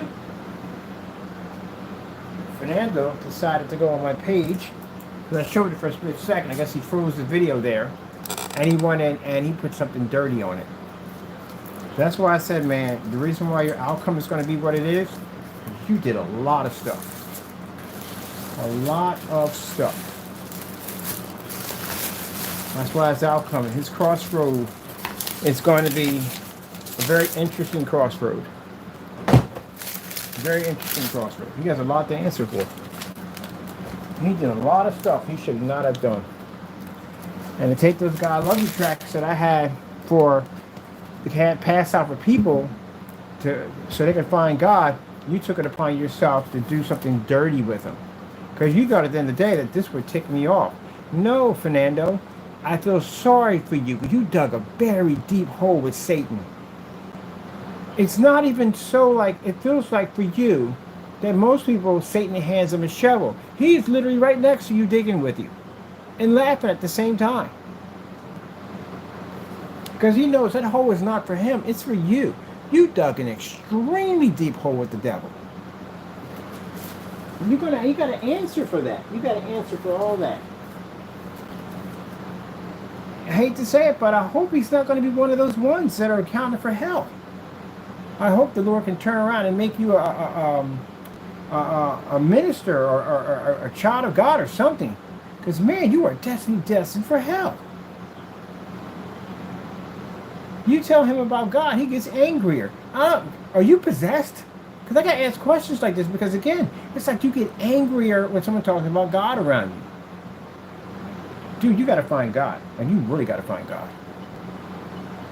You have spent too much time listening to that evil demon. You have got to find God. And you know, it's interesting because people like Fernando get saved. They do. I know people in my neighborhood that you would never think in a million years these people would ever become preachers and ministers. Like, wait, who? Really? You've got to be kidding me. Yeah, we had somebody like that in my own neighborhood when I was a kid. Oh my goodness, this kid was unbelievable. Always in trouble. Police were always at his house. Always at his house. And the first thing they said, man, the only thing I can see happen to this guy is either two things, death or prison. That's the only thing you can see. He was that freaking destructive.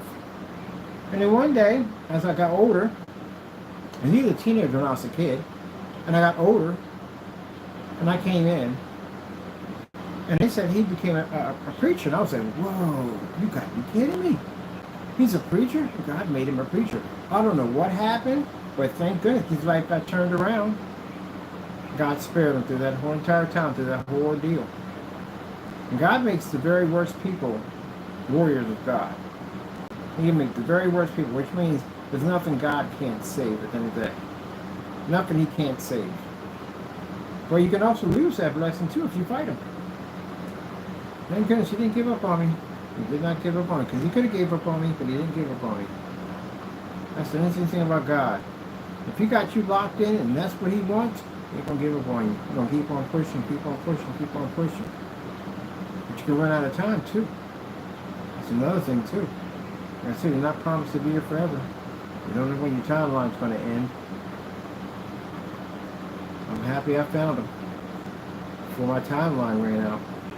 Anything could have happened. Well, yeah, I ask that question like that sometimes. I hate to say it that way, but every time we talk about it, he gets angrier and angry when I talk about God. He gets very angry and upset. And he feels that attacking me at the end of the day would harm me. Buddy, it did nothing to us at all. We didn't take any damage, nothing at all. You know, I serve God at the end of the day. That's my protector. That's the one who watches over me. Make sure I have all my blessings and everything. Nothing happened to me. Everything happened to you. Stop listening. Stop listening to that thing. Find God. Hey, you're doing too much. Go sit down. You're doing too much. Go sit down. Go sit down. You're doing too much.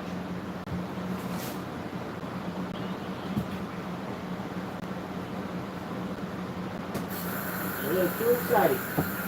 You're doing way too much now. Way too much. Go sit down. Now, where you at? Go over there, lay down, sit down. Behave yourself now. Doing too much. But anyway, yeah, like I said, you got to find God. You got to.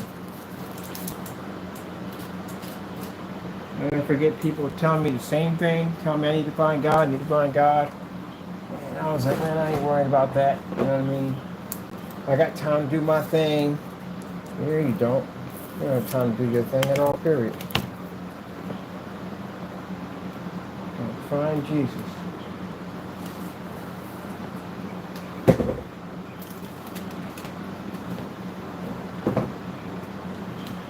Everybody can be saved. Just don't waste too much time. Don't waste that time.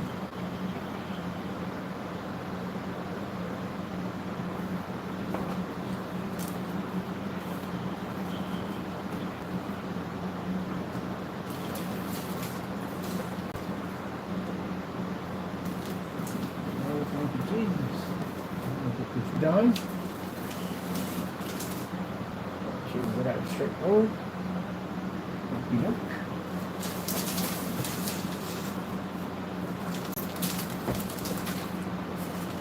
I have to put it that way, but just because God is very, very, very, very angry and upset and does the most nastiest stuff to people. Because he feels that that's hurting them. And it's not. You're setting yourself up for something that's really bad, man.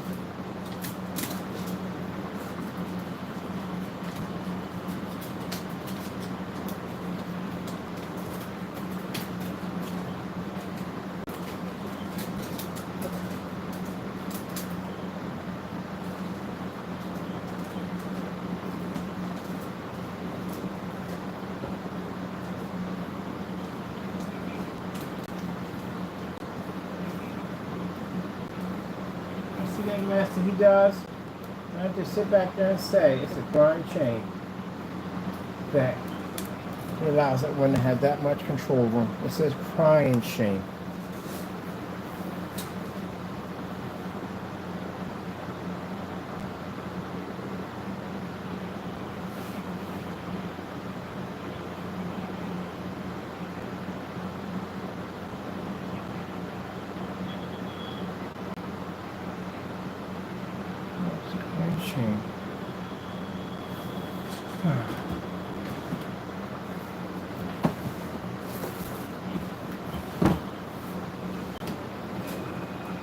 Tell you one thing, I got saved before my mom passed off this earth, so That's a happy thing for me because that's what she wanted. She wanted me to be saved. That is wish. And I thank her for not giving up on me because she could have gave up on me. I was a jerk when I was a teenager. I was an absolute freaking jerk. Definitely black sheep of the family. And man, she never ever gave up on me, ever.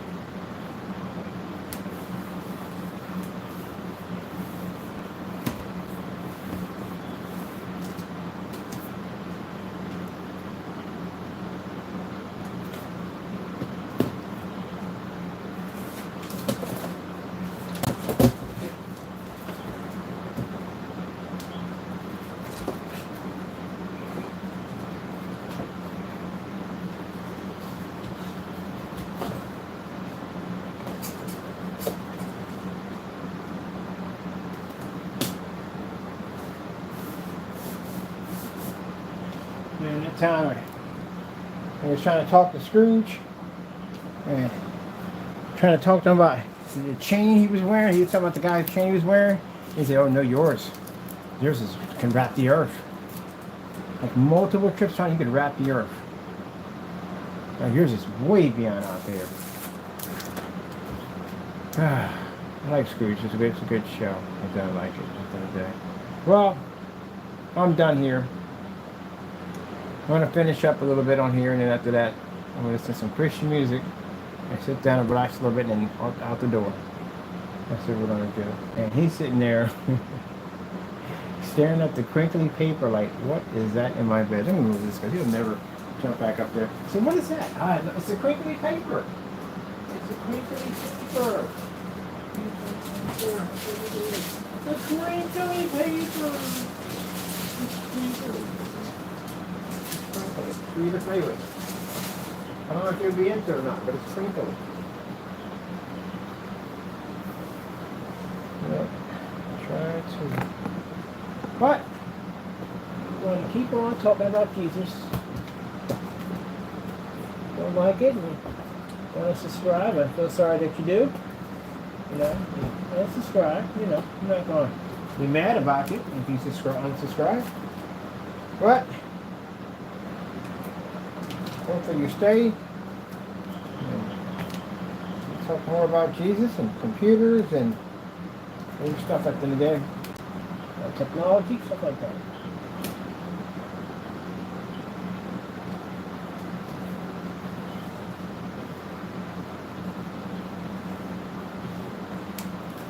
I deactivated my eBay account. I don't want it anymore. Because again, the bygones, people be who they're going to be. They make their stuff for us, they make their stuff for them. Let me see.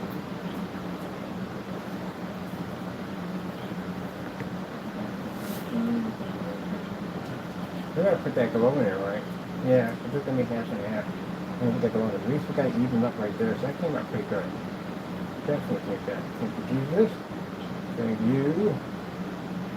Thank you. Oh! Behind my feet, huh? Biting my ankles, you little vicious monster, you. Is over to bite to my ankles, being the vicious monster. Alright, I'll show you what I did on the side. Very happy with everything turned out. Still got the rest of that piping to put in there. Get that done. on this side.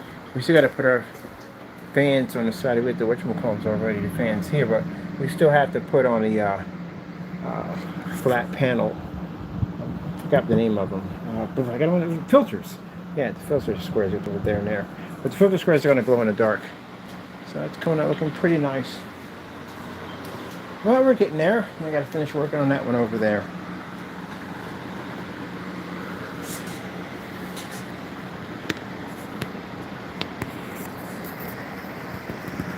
All right, hope you enjoyed. I got to go. Thank you for your time, and God bless.